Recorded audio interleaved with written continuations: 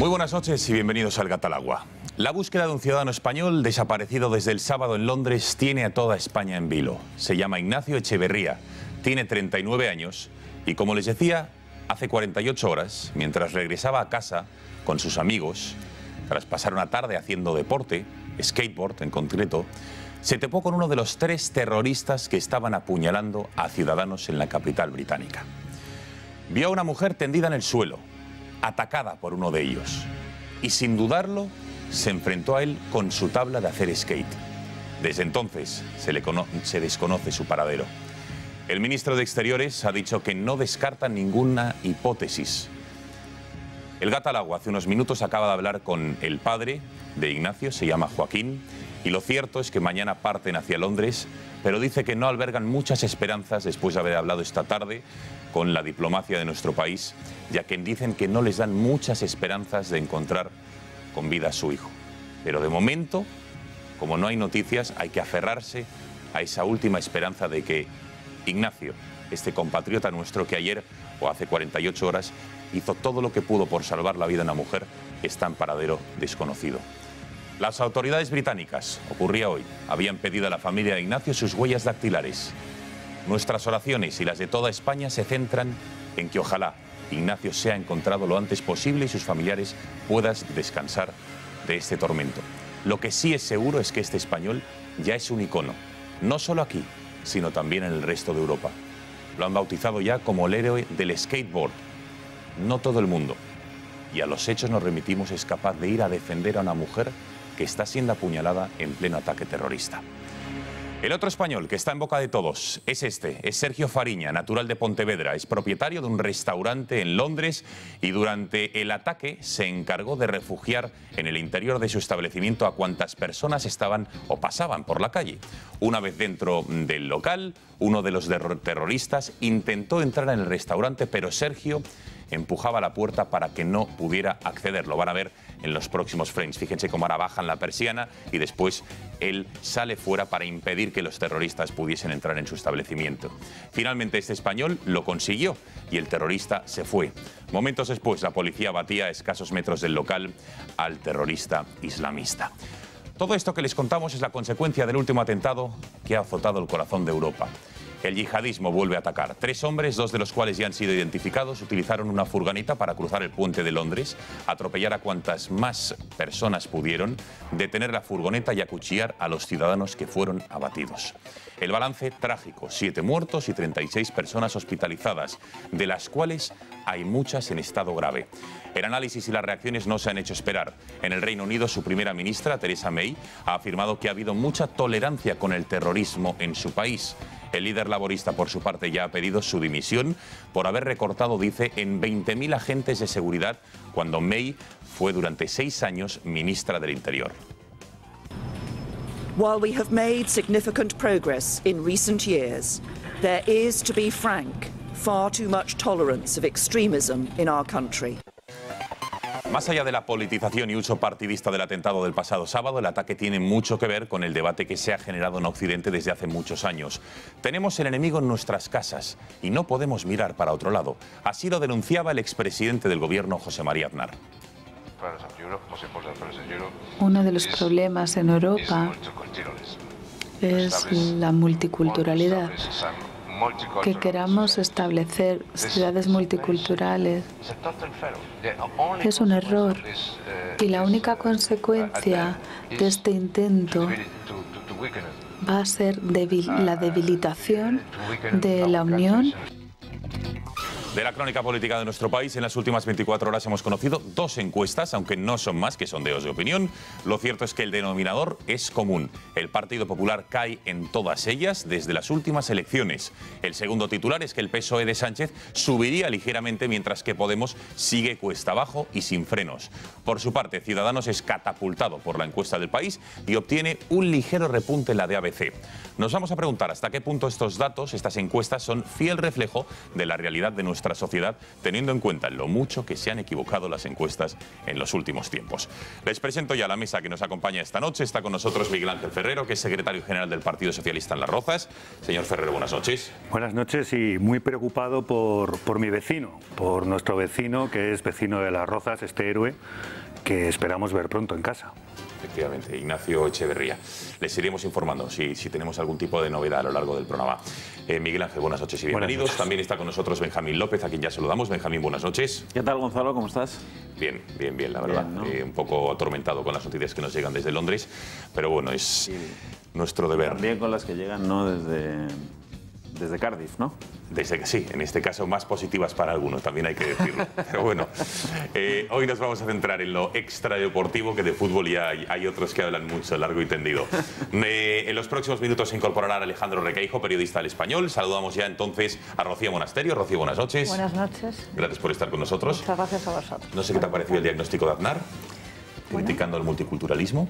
Cierto. Y advirtiendo del peligro. Uno de los grandes problemas es el multiculturalismo, efectivamente. Nos hemos creído ese mantra, o nos han hecho creer ese mantra de multiculturalismo, y Europa no ha sido capaz de integrar ni asimilar a mucha gente que ha venido y no ha querido, ha sido acogida y no ha querido integrarse, ¿no? Entonces hace falta revisar todas esas políticas del multiculturalismo, porque han fracasado claramente. No hay que ver más que ver barrios de Bruselas, o ver Molenbeek, o ver barrios de París, etcétera, etcétera, ¿no? Gracias, Rocío. Román Cendoya, ya le saludamos. Román, muy buenas noches. Buenas noches. Y efectivamente al dolor y a la preocupación de lo que produce Ignacio Echeverría, a lo que supone el terrorismo, ¿no?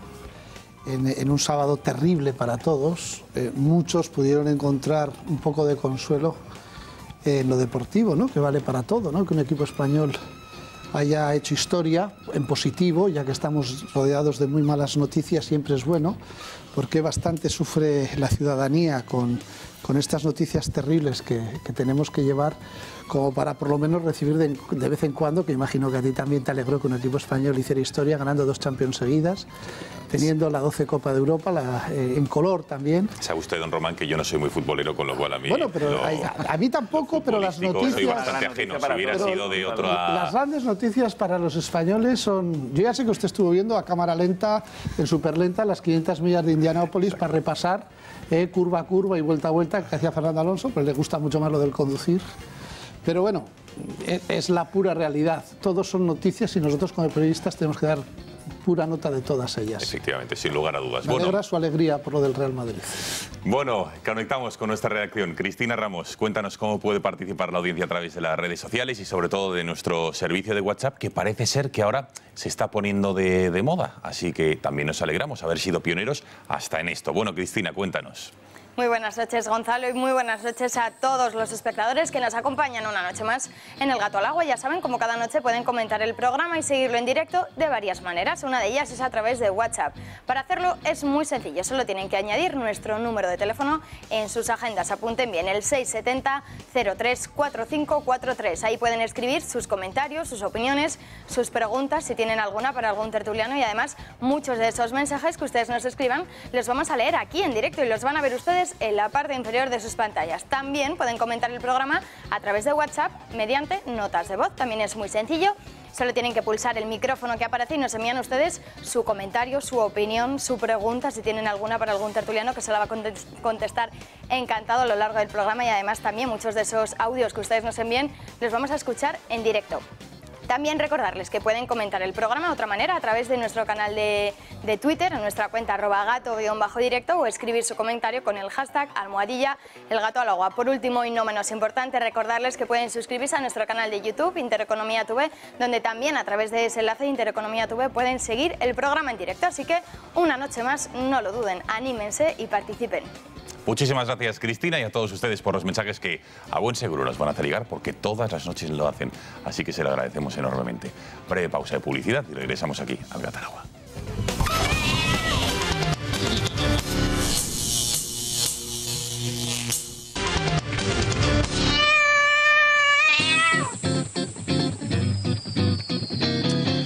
Pasan 13 minutos de las 10 de la noche, aquí seguimos en directo, muy pendientes de Londres para saber el paradero de Ignacio Echeverría, este ciudadano español que, como les decía al comienzo del programa del pasado sábado, en un acto absolutamente heroico, mientras regresaba de realizar deporte, skateboard, con algunos amigos suyos, pasaba justo por el puente de Londres, por alguna de las zonas donde los terroristas dejaron la furgoneta con la que fueron atropellando a gente, y cuando vio a una mujer tendida en el suelo que estaba siendo apuñalada por uno de los terroristas, no dudó, a diferencia de muchas otras de las personas que estaban ahí, que salieron corriendo, pues no dudó Ignacio Echeverría en enfrentarse, según cuentan testigos presenciales, a uno de los terroristas y le dio con su tabla para intentar defender a la mujer. Lo último que se supo de este ciudadano español es que, de 39 años de edad, es que yacía en el suelo, que es cuando le vieron por última vez. Desde entonces, en torno a las 11 de la noche del pasado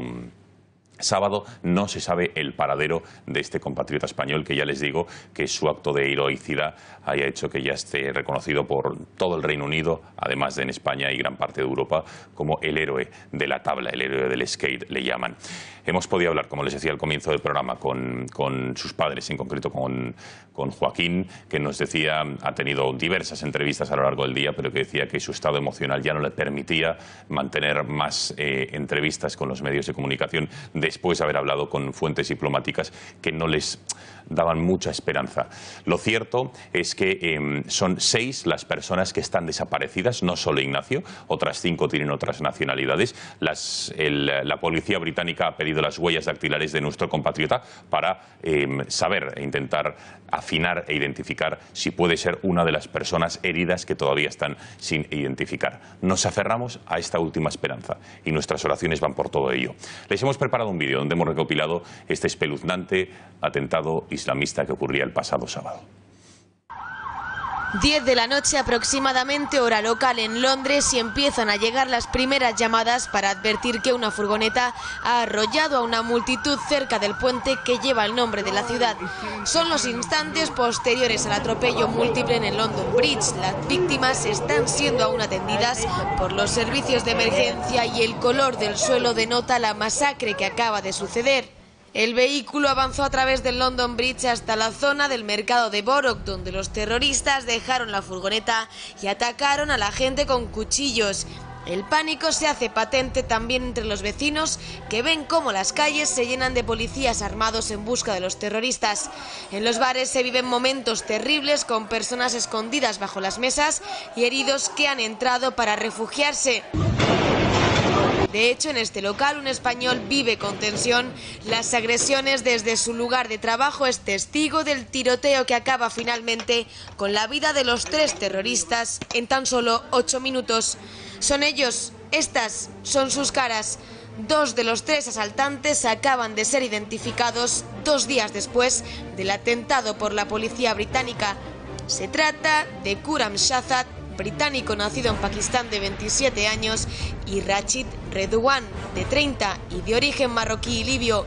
Mientras continúan investigando la identidad del tercer atacante, ya han sido detenidas 12 personas y sobre todo continúan las tareas de identificación de los fallecidos y también de los heridos, ya que aún hay muchas personas en paradero desconocido. Bueno, como les decía, teníamos estas noticias de última hora que están llegando a cuentagotas a nuestra reacción. Vamos a conectar con la redacción del Gatalagua. Cristina, cuéntanos más noticias que están llegando sobre la identidad, quiénes son y cuál es un poco su trayectoria de estos 2 terroristas identificados. Ya veíamos 2 de esos atacantes identificados. La Policía Metropolitana de Londres ha confirmado que uno de ellos, Khurram Shahzad, ya estaba fichado tanto por la Policía de Londres como por el MI5, el Servicio de Inteligencia Interior. Además, han dicho que como no constaban indicios de que fueran a planear este ataque, este atentado el sábado en Londres, las investigaciones no se centraron en él. También algunos medios británicos de este mismo yihadista también han filtrado que ya apareció el año pasado en un documental titulado Mis vecinos los yihadistas, que abordaba el aumento del Islam radical en Londres, y en ese mismo reportaje aparecía el del resto de los atacantes. La policía todavía no ha confirmado nada, no tenemos noticias, estamos a la espera de saber más sobre esas identidades. En cuanto tengamos alguna noticia pedimos paso y conectamos. Muchísimas gracias, Cristina. Sigues, cuando haya más novedades las vas contando en directo aquí en el Gatalagua. Cuando pasan 18 minutos de las 10, saludamos a Alejandro Requeijo, que se incorpora a la mesa del Gatalagua. Alejandro, buenas noches. ¿Qué tal, Gonzalo? ¿Cómo estás? Perdón por el retraso, que estábamos cerrando la edición y con noticias de última hora. Al respecto del atentado de Londres, sí, y de los españoles. Hay un segundo español herido, no sé si lo habéis comentado ya. No. Se trata de un chico que se llama Alejandro Martínez Saura, es murciano y presenta heridas en pecho y una mano, pero no está grave. Así que, bueno, tranquilizar a su familia, no está grave y, como decimos, eso es de Murcia y presentaba heridas en el pecho y en la mano, no está grave. De Alejandro Echeverría, este otro español que... Ignacio, perdón, que no se desconoce su paradero. De momento, nosotros hemos estado todo el día en contacto con el Ministerio del Interior y no ofrecen más datos de su paradero, más allá de la voluntad de encontrarle. La Audiencia Nacional ha abierto una investigación, como suele ser habitual en este tipo de casos en los que hay siempre algún español implicado. Y bueno, pues desear que cuanto antes se tenga alguna noticia del chico, la verdad. Que era de aquí de Madrid, era de Las Rozas. Sí, efectivamente, justo del municipio del señor Ferrero. Bueno, señores, un primer balance de lo que ocurría el pasado sábado, de las imágenes que hemos visto, de la actuación de nuestro compatriota Ignacio Echeverría. También ahora veremos las imágenes de lo que ocurría en otro restaurante londinense, pero sí un primer balance de lo que ocurría de este nuevo atentado islamista en el corazón de Europa. Bueno, vamos a ver, obviamente nadie es partidario.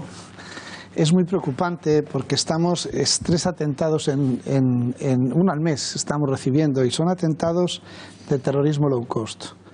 Es decir, son terrorismos que necesitan muy poca preparación, más allá de que la locura, que no locura, sino el odio frente a la gente que la ha acogido, las ciudades en las que han residido, incluso han nacido, estas personas que abrazan el Islam y dedican a atacar a sus conciudadanos, que, como bien ha dicho la presidenta del Reino Unido, no es un atentado contra Londres y contra Inglaterra, sino que es un atentado contra Occidente, contra la democracia y con todo el sistema de vida que tenemos los occidentales, ¿no? Esta oleada de terrorismo low cost es peligrosísima porque es muy difícil de controlar. Y lo que está siendo llamativo es que las policías van a tener que empezar a ser más eficaces e incluso pueden ser que más injustas, ¿no? En España llevamos detenidas más de 200 personas en el momento previo supuestamente a que den el paso a atentar. Es verdad que España, durante toda la época democrática y en el final de la dictadura, tiene un máster lamentable en terrorismo, porque lo hemos tenido que sufrir, y eso ha hecho que nuestras fuerzas de seguridad del Estado sean muy avezadas y probablemente aciertan cada vez que detienen, cuando dicen que van a dar el paso previo, como en los últimos tiempos detenían a los comandos de ETA sin que llegaran a atentar. Pero claro, es que cada vez que recibimos una información nos encontramos con que son gente fichada, gente conocida, gente que ha salido en documentales de mi vecino el yihadista, y resulta que un día el yihadista es yihadista de verdad y se dedica a hacer lo que hacen los de la yihad, que no es otra cosa que la guerra santa, es decir, que nos han declarado la guerra, y yo sigo diciendo, porque le llamarán santa, pero el sustantivo es guerra, ¿eh? Por delante va guerra. Entonces, o empezamos a tomar en consideración esta situación de guerra permanente, cuyos reflejos son el terrorismo, de esta manera, o vamos a seguir sufriendo y vamos a seguir generando una incertidumbre brutal en la ciudadanía, que o se gestiona desde los gobiernos, o si la ciudadanía empieza a hartarse y a tomar decisiones propias, Houston, tenemos un problema muy serio. Yo creo que la opinión pública, desde el principio de estos atentados de nueva ola, low cost, como decía Román, yo creo que hemos dado ciertos bandazos, ¿no? En un momento determinado había una opinión bastante generalizada en que había que intervenir militarmente, incrementando las botas sobre el terreno en lugares como Raqqa o como Mosul, y luego estamos viendo que los atentados que cometen en países occidentales, y digo países occidentales porque, como sabemos todos, hay atentados prácticamente en todos los lugares del mundo, pero oye, tenemos una visión inevitablemente ombliguista de tener más en cuenta a los que nos tocan cerca, ¿no? A nuestras sociedades, por así decirlo, equivalentes. Vemos que son chicos que nacen allí, que crecen allí, que son educados allí, con lo cual, cuanto menos me genera la duda de si incrementar botas sobre el terreno o una operación militar puede evitar que, si no es en Raqqa o en Mosul, mañana en Libia o pasado en un escondite de Pakistán, puedan influenciar a nuestros jóvenes a través de Internet, igual que han influenciado a estos, ¿no?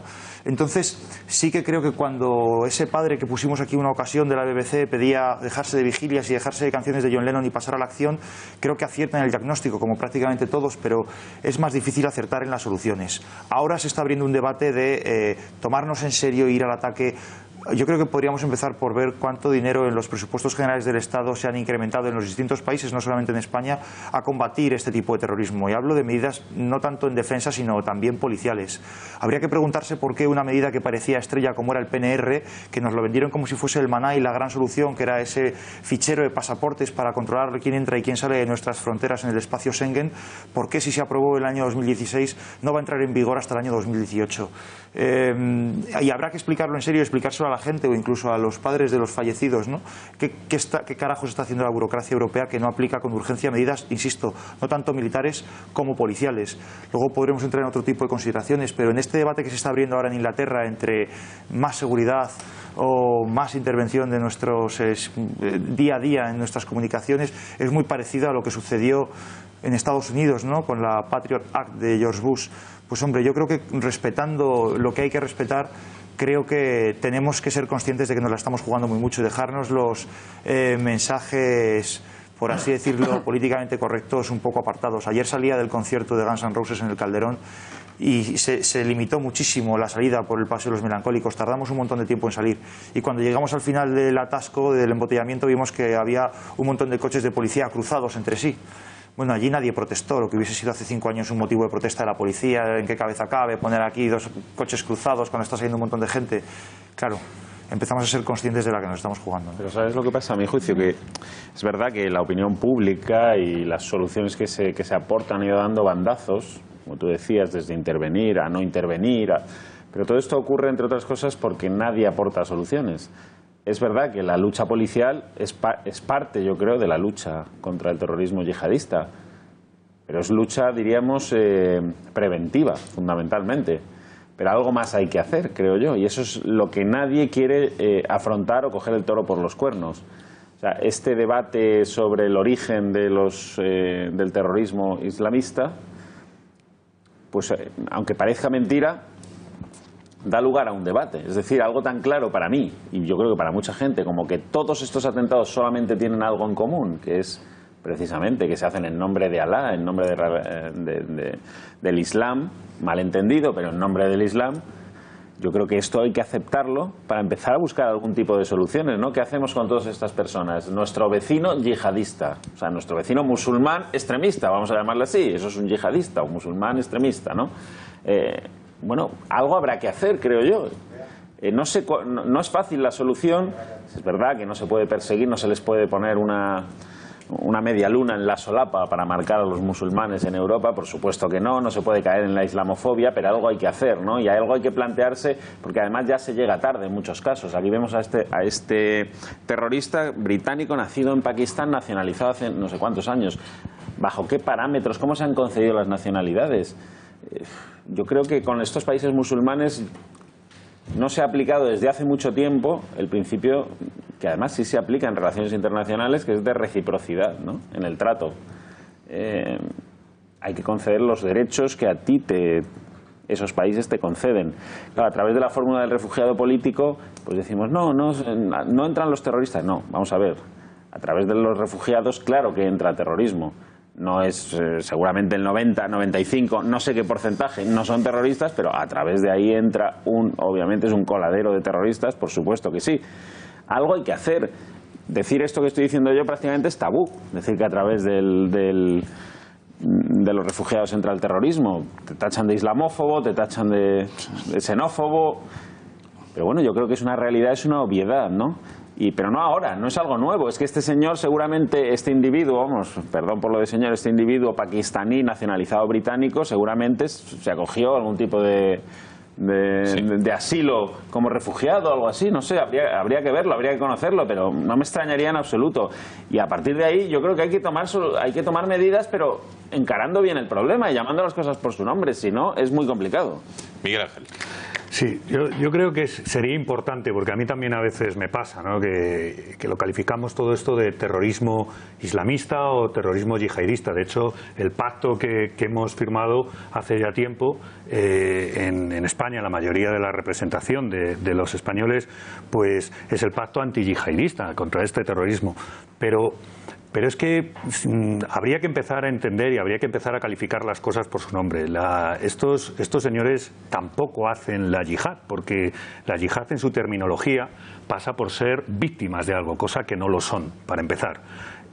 Además, tampoco es islamista, porque lo harían en nombre de 1.600 millones de personas, y los que más matan, en un 90%, es a personas que profesan esa religión. O sea, el 90% de las víctimas profesan esa religión. Por lo tanto, no procede llamarles de esa manera. Tendríamos que empezar a pensar en cómo del atentado, momento. Del atentado del otro día, ¿cuántos eran musulmanes? No, el del otro día evidentemente ninguno, no lo sé, pero digo que el 90% de los atentados que produce esta lacra, esta gente, por llamarles de alguna manera, se producen normalmente en otros países y atentan en su mayoría contra estas personas. Pero lo digo más que nada porque hay que empezar también a trabajar con personas que están intentando acabar con esta lacra y que también están sometidos a persecución. Esto también lo hace la policía y los servicios de inteligencia en España y en el Reino Unido, con clérigos que no defienden esta violencia, sino más al contrario, y son perseguidos por esta lacra, por esta gente. Hay que trabajar también con la educación, porque hay personas que nacen y viven aquí, o sea, han nacido aquí, por lo tanto, algo se ha hecho también aquí, que algo hay que trabajar con esto. Y por supuesto, y fundamental, hay que trabajar con la seguridad y hay que trabajar con la colaboración. Hoy hemos sabido que hay 26.000 seguimientos en Europa, 26.000 personas que tienen que seguir los servicios de seguridad. Es tremendo el gasto que estamos realizando para nuestra seguridad. Y hay que trabajar en lo que decía hace un momento Alejandro también, en que no entiendo... Esos 26.000 seguimientos que hay en Europa, ¿qué tienen en común esas 26.000 personas? Yo no lo sé, lo que tiene... Sí, pues mira, que son islamistas, curiosamente. Una cosa, todo eso que tú lo sabes, yo no lo sé. Yo sé que son islamistas. No sé si los 26.000, pero 25.998 son islamistas. Sí, son musulmanes. Sí. Pues, hombre, es que es una obviedad eso. Es una obviedad. Negar eso es, lo que yo decía, es no querer coger el toro por los cuernos, no mirar de frente al problema. Igual que no hablábamos de terrorismo vasco y decíamos terrorismo de ETA, y era un error que durante un tiempo también se produjo, y es terrorismo de ETA, no terrorismo vasco. Si no calificamos las cosas por su nombre, al final terminamos victimificando a quien no tenemos que victimizar. Solamente digo eso. Pero es que no nos equivoquemos. A ver, falta Rocío y después entramos en el debate. No nos equivoquemos. Precisamente por discursos como los tuyos estamos hoy donde estamos. Entonces, vamos a ver. Primero, hay una rama del Islam que vende una visión de cumplir rigurosamente con el Corán, que es el salafismo, por ejemplo, y algunas más, que tienen y propagan una visión del Corán de seguirlo con rigor y cumplir con el yihad. Y para ellos, su enemigo es cualquiera que no cumpla con el yihad. Ya puede ser un musulmán que no cumpla estrictamente el yihad, ya puede ser un cristiano, que por desgracia son los más perseguidos ahora, o puede ser un ateo europeo que simplemente representa los valores occidentales, que son sus grandes enemigos. No, entonces hay claramente un foco, como es el salafismo. Primera medida, cerremos las mezquitas salafistas. Cerremos las mezquitas salafistas. Oye, no hay que escandalizarse por esto, en Vox lo llevamos diciendo 2 años. Es obligatorio, es necesario, es urgente cerrar las mezquitas salafistas, donde se hace y se promulga el odio, se enseña una visión del Corán en que cualquier que no practique el Corán de esa forma es un enemigo y es alguien a degollar, y eso no puede estar hoy dentro de las fronteras europeas porque es contrario a los valores que nosotros defendemos, como son la libertad, como es la no sumisión y como es la igualdad entre el hombre y la mujer, entre otras cosas. Entonces, cerrar las mezquitas salafistas es la primera medida. La siguiente, no permitir en lugares como es en Inglaterra, por ejemplo, los tribunales de la Sharia, que si no me equivoco hay como 40 y que se hace la vista gorda. Los tribunales de la Sharia no tendrían que estar permitidos, que bajo una apariencia de arbitraje, al final lo que permiten es la propagación de esa forma bueno, pues de hacer enjuiciar a sus propios súbditos dentro de Europa, ¿no? Lo tercero, no se pueden permitir barrios en Europa en donde se permita la sharia, que las mujeres tengan unos horarios para salir y salgan cubiertas. Cuarto, no podemos permitir proyectos en educación como fue el proyecto de Troya, este famoso, que hubo en Inglaterra, que lo que promulgaban era una enseñanza de esta visión del Islam en los colegios en Gran Bretaña. Y todo el mundo se quedó calladito. Y quinto, no podemos permitir que bajo la apariencia y bajo la crítica de ser islamófobo, extendamos el miedo a hablar de esto, al miedo a hacer frente a los extremistas, y este miedo pasa a las instituciones y dé lugar a casos como ha habido en Gran Bretaña, por ejemplo, el caso horroroso de Rotterdam, donde las instituciones, la policía y muchos callaron durante años, del 97 al 2012 creo que fue, el caso de un montón de niñas y mujeres, de niñas de 11 años, 12, 13, violadas, y nadie decía nada. No vaya a ser que por decir la procedencia y decir el credo de los agresores fueran a ser tachados de islamófobos. Entonces, esto yo creo que son 5 medidas que no son muy complicadas y que creo que es necesario. Y además, por supuesto, seguridad. Y por supuesto, acabar con la desconfianza entre los países, que no permite una colaboración adecuada de Europol y del sistema nuevo que han creado de transmisión de información entre ellos. Porque tanta Europa y resulta que luego los países no se pasan información, que eso también es un problema, ¿no? Bueno, tenemos más, enseguida, Miguel Ángel, tenemos mucho material que enseñarles, tenemos que ir a la publicidad. Ojo, porque a la vuelta les vamos a mostrar este español dueño de un restaurante en Londres, muy cerca de donde estuvo el atentado, y cómo fue albergando a gente que iba pasando por la calle dentro de su establecimiento para al final bajar las persianas e impedir que los terroristas entraran. También les hablaremos de un caso clarísimo de manipulación de la CNN, de la prestigiosa cadena estadounidense de televisión. Fíjense, justo antes de que una reportera fuera a hacer un directo con Estados Unidos, uno de los productores, se entiende o se deduce, empieza a decir a determinadas personas que se pongan detrás de la reportera para dar la sensación de que están en medio de una manifestación de musulmanes pacifistas. Lo van a ver ahora porque es otro caso clarísimo de fake news, y verán también, hablaremos con el párroco de una iglesia en Valladolid, que el pasado fin de semana durante una boda entró un ciudadano de origen marroquí al grito de Alá es grande, interrumpiendo en la boda e increpando con violencia y tirando, incluso llegó a retirar el mantel del altar. Bueno, en fin, verán las imágenes y hablaremos con el párroco. Todo ello después de la publicidad.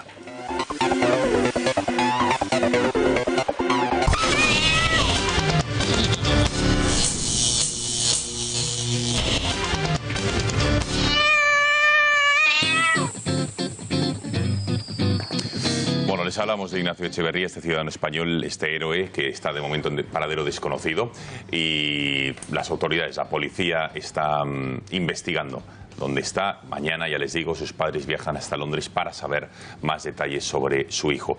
Pero hay otro ciudadano español que también tuvo una actuación heroica el pasado sábado. Vamos a ver las imágenes. Se llama Sergio Fariña, un ciudadano de Pontevedra, que el pasado sábado, durante el atentado, fíjense, ahí lo ven en sus imágenes, vio que la gente empezaba a correr despavorida justo delante de su local, abrió la terraza, las puertas, para empezar a coger la gente que venía corriendo. Ahí lo ven, es el personaje de barba a su izquierda, va saliendo fuera y va metiendo a la gente dentro de su establecimiento, mientras que va cerrando poco a poco las puertas del local. Fíjense cómo una de las empleadas corre despavorida hacia adentro al ver que uno de los terroristas se acercan. El propio Sergio cierra, digamos, la puerta que da al hall, al recibidor, con el restaurante, y fíjense cómo en ese momento en el que cierra es cuando uno de los terroristas, y este es el momento, intenta entrar, y se produce ese forcejeo con Sergio, intenta entrar en el local para, saben ustedes lo que iba a intentar, matar, asesinar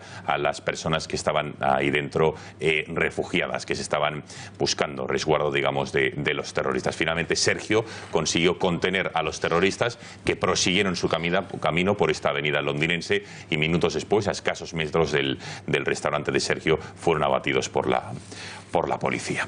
Bueno, tenemos Más imágenes de lo que les habíamos anunciado. Uno de los que estaban reconocidos, de los que nos contaba Cristina Ramos, tenemos un vídeo en un parque en Londres donde en los próximos minutos lo verán, uno de los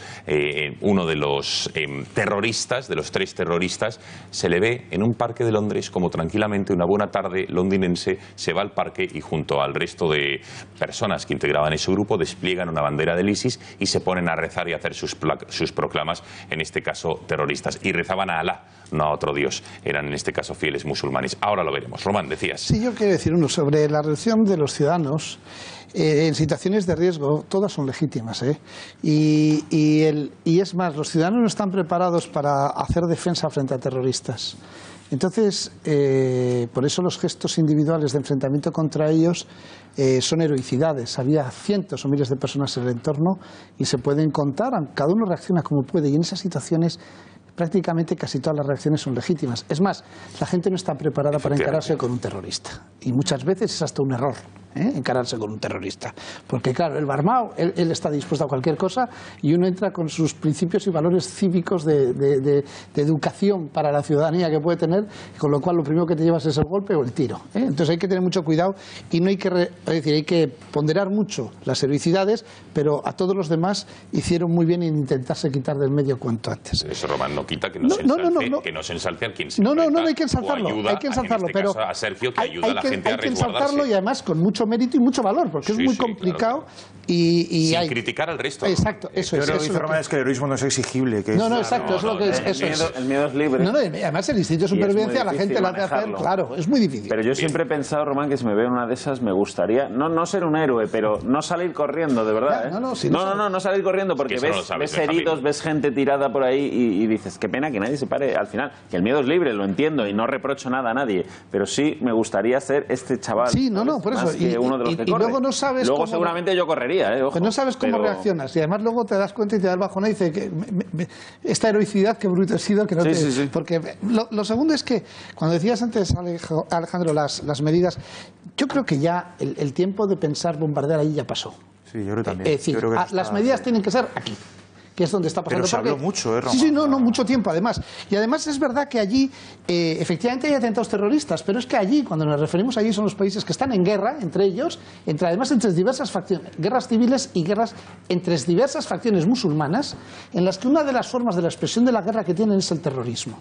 Por lo tanto, son acciones de guerra, seguir insistiendo en que son acciones de guerra y no son acciones de terrorismo. Ahora, que pasan allí, y es verdad que cuando pasan allí, yo sí pondría Yesú y copto cuando matan a los coptos, porque es una persecución por su religión, pero en todos los demás son actos de guerra en los que hay mucha propaganda y mucho desequilibrio. Si de verdad no quisieran tener los musulmanes problemas aquí, deberían de verdad ponerse al frente de la manifestación en contra de lo que están haciendo los que tienen su religión. Porque es que hay enorme movilización cuando hay cualquier cosa contra ellos, y hay enorme silencio cuando hay atentados terroristas contra los demás ciudadanos que vivimos en Europa y que no somos precisamente musulmanes ni tenemos su cultura. Y además, lo que sí hay que tener muy claro es que en la educación hay que reflexionar sobre ella. Yo estoy de acuerdo. Llevamos más de 30 años de un multiculturalismo que es un modelo enormemente fracasado. Lo podemos ver en los cinturones de las grandes ciudades de Francia, lo podemos ver en Bélgica, lo podemos ver en el Reino Unido, en el que la integración con el modelo educativo occidental, en el que les hemos intentado dar o dotar del estado del bienestar que gozamos los europeos, lo rechazan. Y no solo es que lo rechacen, que se podían ir a vivir a otra parte, es que atentan directamente contra él y contra sus bases. Por lo tanto, habrá que ver en el modelo educativo qué hacer, pero insistir en el mismo modelo y seguir ahondando en intentar pensar que se van a integrar dentro de los valores socioculturales y de los modelos que tenemos en Europa, a día de hoy lo único que sabemos es que es un fracaso. Y entonces no es la solución, obviamente. A no ser que, claro, cuando la gente empieza a ver que se toman otras medidas, igual la comunidad, que muy cómodamente y muy mayoritariamente está en silencio, se tenga que movilizar. Porque si no, pues algún día, insisto, cuando las sociedades tienen mucha paciencia, pero hay un día en el que no se sabe por qué, y suele ser una nimiedad, se generan unas reacciones sociales brutales, descontroladas, al margen de los estados de derecho que conocemos, pero que además tienen la justificación de que ya está bien. Y entonces la culpa no la tienen los ciudadanos, la culpa la tienen los políticos. Yo creo que, siendo cierto algunos de los males que se han dicho aquí, creo que cometemos una injusticia y en cierto modo también una simpleza el reducir todo esto a un problema del Islam como si fuese una religión violenta per se. Me gustaría recordar que también le rezan a Alá quienes combaten en primera línea de fuego en Mosul y en Raqqa y en muchos puntos de Siria y de Irak al Estado Islámico, que son los yihadistas, y que nosotros aquí desde la comunidad de nuestras sociedades estamos de acuerdo en que Mosul es clave y que es clave que Mosul caiga, y quienes están poniendo las facturas de los muertos y los ataúdes son ciudadanos iraquíes, familias iraquíes que también le rezan a Alá. Entonces, que esté libre de pecado la creencia o la religión que en su pasado o en sus propios textos no tenga cosas de las que avergonzarse. No, pero, es decir, Alejandro, hemos hablado del salafismo. El cristianismo también era una religión cuando había la Inquisición. Dejadme terminar, por favor, o sea, y decían el amor de Dios, pues iban quemando a la gente. Por eso. Entonces, o sea que... un momento, dejadme terminar. Entonces, evidentemente, dentro del Corán hay suras que son absolutamente de paz y suras que son una barbaridad, como probablemente también sea una barbaridad muchas cosas de nuestro Levítico, ¿no? Pero es verdad que con el tiempo nosotros las hemos superado y sobre todo nosotros tenemos más que la diferencia entre el salafismo, nosotros tenemos una auténtica referencia única que establece una unificación en lo que es la creencia, y es algo que el Islam no tiene. Y eso da lugar a que efectivamente haya problemas entre los chiíes y los suníes. Dentro de los suníes hay una desviación que es el salafismo, luego otra desviación que es el wahabismo, que es lo que exporta a Arabia Saudí. Por cierto, interesante la noticia que hemos conocido hoy en la que Arabia Saudí rompe relaciones con Qatar. Muchas veces tendemos a creer... Ahora hablaremos de ello. Pues bueno, si quieres lo comento después, pero... Después. Pero ¿Qué pasa, Requeijo, que no recibes los temas que vamos a tratar en el gato? Es que estaba cerrando la edición. Vale, bien. Bien. Pero está en la actualidad. Vale, bien. Yo no sabía que el resto chivaban los temas. Yo vengo de... Además no ha recibido primera parte del programa, primera parte del Real Madrid, la segunda parte del programa, la segunda parte del partido. Lo que quiero decir es que, en cierto modo, creo que el problema tiene que ser otro. Y no solamente la reducción del Islam como una religión violenta per se. Creo que eso me parece una simpleza que nos lleva a no abordar el problema como realmente se merece. Pero sí, es verdad, pero es que no creo que nadie, yo desde luego, si lo he dicho, es que me he expresado mal. Pero no creo entenderlo a nadie en esta mesa, decir que el Islam es una religión violenta per se. Lo que pasa es que tampoco se puede negar la otra evidencia, y es que esos 26.000, ¿no?, que decía Miguel Ángel que hay seguidos ahora mismo en Europa, que me parecen pocos. A mí también, pero bueno, de esos 26.000 tiene algo. Vamos a ver a uno de ellos, a uno de los terroristas del pasado sábado, que fue grabado en, ¿cómo se llama el reportaje del pasado? Bueno, un reportaje que se metía hace unos meses en la BBC incluso, y fíjense, el terrorista que le hemos puesto un círculo para que lo identifiquen ustedes. Este es uno de los terroristas que ayer o hace 48 horas asesinaba a 7 personas, dejando a 36 heridos. Fíjense, vamos a intentar subir lo que van diciendo. Bueno, pues vamos a recuperarlo con sonido porque es muy importante lo que dicen. Aquí se muestran en este parque londinense, extienden esa bandera del ISIS, y esa persona, insisto, el que lleva ese círculo, es una de las personas que se ponen a rezar en inglés, y luego tiene una serie de palabras, incluso se llegan a enfrentar a la policía. Pues esta persona estaba identificada, con lo cual algo se está haciendo mal por debería haber estado detenida. Y fíjense cómo luego, incluso en los próximos minutos, van a ver cómo también a las afueras del parque un policía body de estos se acerca a este grupo y les dice: oigan, que nos han chivado personas que iban por el parque, que ustedes han sacado a relucir una bandera del ISIS, y ellos lo empiezan a negar. Fíjense cómo este policía, y se ponen a gritar diciendo que son unos mentirosos, unos manipuladores. No sé si podemos ver las imágenes efectivamente de ese enfrentamiento. Bueno, en fin, con lo cual la policía también estaba detrás.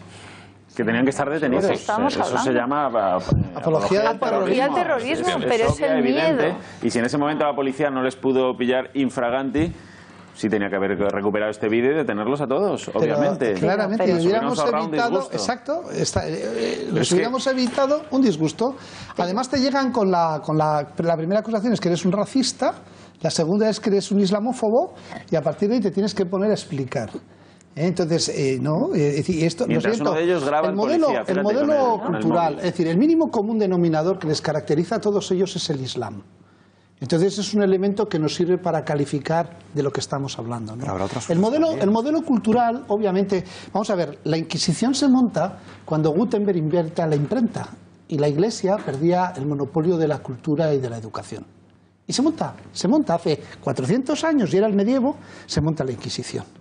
Es decir, la activación de Al-Qaeda coincide con la llegada de Internet a todos estos países, en el que entra un modelo de vida, que es el que la gente puede ver, que las mujeres conducen, que se casan con quien quieren, que se puede beber alcohol, que incluso vas a la playa y estás en tobleso como te salga las narices, que no pasa nada, y que el tío de la mezquita, cuando pega el rezo y los cantitos, no es el que determina ni las formas de vivir ni las conductas. Y para eso, entre otras cosas, hasta atentamos contra las Torres Gemelas. ¿Por qué? Porque está poniendo en peligro un modo de entender la vida y un modo de entender la sociedad. En Europa, con la cultura judeocristiana, hace 400 y pico años, 500, que ya más o menos lo vivimos y lo sufrimos y lo pasamos. Lo que ahora estamos viviendo es en nosotros, pero no nos equivoquemos en el diagnóstico. Su nivel de integración vemos cuál es, cero. Cero de toda esta gente. Porque no lo quieren, porque ellos quieren seguir teniendo sometida a la mujer, teniendo 5 mujeres, casando a las hijas con quien les da la gana y manteniendo un mundo de sociedad. Bueno, vamos a ver, eso es lo que quiero que... Vamos a ver las imágenes a pantalla completa para intentar ver y escuchar bien. The group displayed the black flag of Islam. Es una bandera terrorista. Efectivamente, aquí el locutor dice que como sacan la bandera del ISIS directamente y se ponen a rezar. Including ISIS. I can't help but think that he's being actively Pero yo no tengo claro que esa sea la bandera islámica. Allah Akbar, aquí están pronunciando ese famoso grito de Allah es grande. This is not the real life, my dear brothers. This is a passing time. Esta no es la vida real, esta es una vida de paso, queridos hermanos, para el cielo, ¿no? Bueno, y se despide, está llamando a cometer las acciones que todos estamos entendiendo. Bueno, y después, fíjense, aquí es cuando el policía les ve y les dice lo siguiente. Dice que a un vecino que iba por el parque que ha dicho que han podido ver una bandera del ISIS como la estaban extendiendo.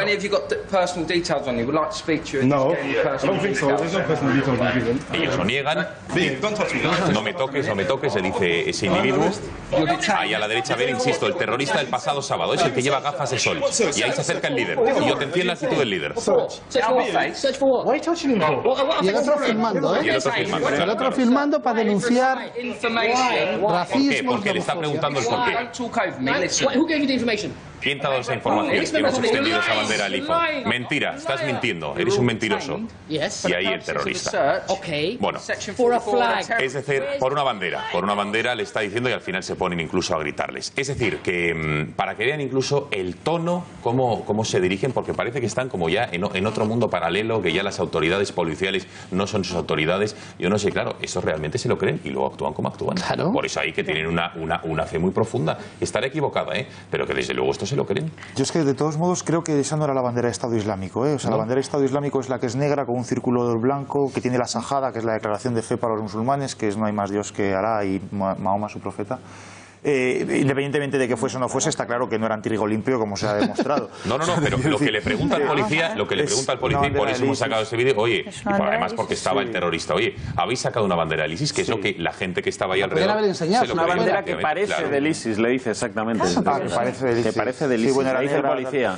Bueno, es igual, evidentemente no eran trigo limpio ni tenían una intención sana de hacer un rezo en grupo de manera sana. Por la paz no rezaban, ¿eh? No lo sé, yo creo que sí que es verdad, pero me parecen que son debates diferentes, Lo apuntaba antes Román con el multiculturalismo, es decir, yo creo que nuestras sociedades avanzadas se tienen que reivindicar en el hecho de que se prima la ley por encima del ciudadano, es decir, que nosotros nuestras disputas las discutimos ante un juez en un tribunal, no las discutimos en función de la tribu o la creencia o el Corán o la Sharia. Pero es que ellos no vienen a respetar la ley, es que nosotros estamos con unas herramientas. Cuando dices claro, ellos, no podemos hablar del mundo feliz y del mundo ideal y de todo, supuesto. claro. Sí, yo estoy de acuerdo en que las personas que no quieran respetar o que no quieran vivir de acuerdo a las conquistas que nosotros hemos ido adquiriendo a lo largo de los siglos, evidentemente no pueden tener cabida en nuestras sociedades. Es decir, yo entiendo que dentro de la vida privada en la que nosotros limitamos nuestras religiones hace ya muchísimo tiempo, tienen toda la cabida del mundo, pero el momento en el que eso colisiona con nuestro proceder habitual, y eso pasa desde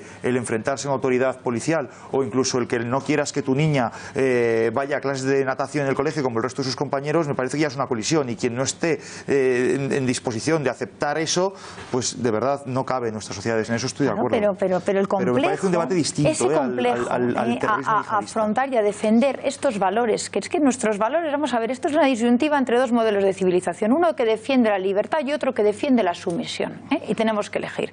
Y es un modelo basado en los valores cristianos, que son los que nos han llevado a lo que es Europa hoy, y que respeta la libertad, la ley, el Estado de Derecho, etcétera, y un modelo que no respeta nada de eso. Y es un tema de supervivencia también. Y esto es como si a ti te gusta acoger a todo el mundo en casa, y te encanta acoger y conocer a gente de distintas nacionalidades y de distintas religiones y que hablen distintos idiomas, y les invitas todos los días a tu casa, pero un día resulta que vienen a degollarte, entonces ese día tienes que cerrar la puerta de tu casa porque si no acaban con tus hijos. Entonces, a esa madre que cierra la puerta de su casa no le puedes criticar que exija seguridad a sus políticos. Y hoy lo que están pidiendo los ciudadanos es que los políticos den seguridad a los ciudadanos, les den seguridad, y que defiendan una serie de valores que son los que garantizan y lo que nos garantiza la libertad de la que hoy disfrutamos.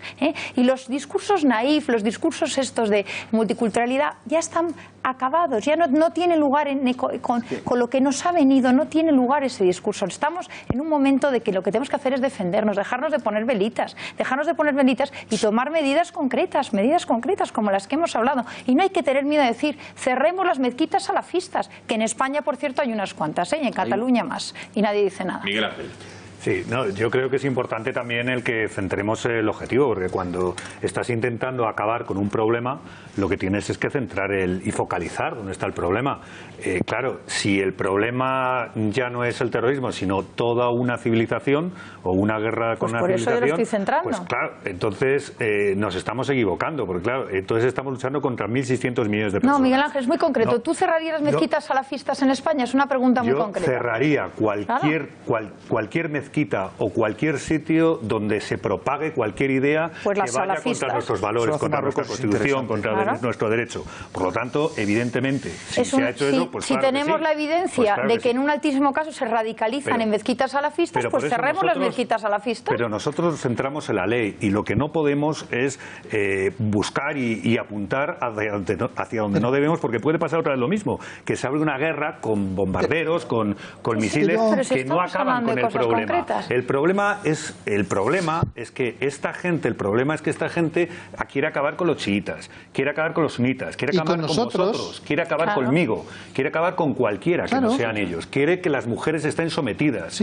quiere que además no salgan de casa, quiere además que sean sus esclavas sexuales, quieren atentar contra la vida. Pues entonces... De esa gente hablamos, pero de esos que estaban ayer allí, que son esos del ISIS y otros tantos como esos, no podemos extenderlo a un problema de civilizaciones, porque entonces nos estamos equivocando. Estamos concretando un ejemplo práctico. Estamos concretando mucho aquí. No tienes que entrar a una mezquita salafista para comprobar esto. Simplemente tienes que dar un paseo por una ciudad como Londres, ¿no? Donde ves a multitud, muchísimas, o sea, no tienes que hacer un esfuerzo para verlo, muchísimas mujeres con burka por la calle.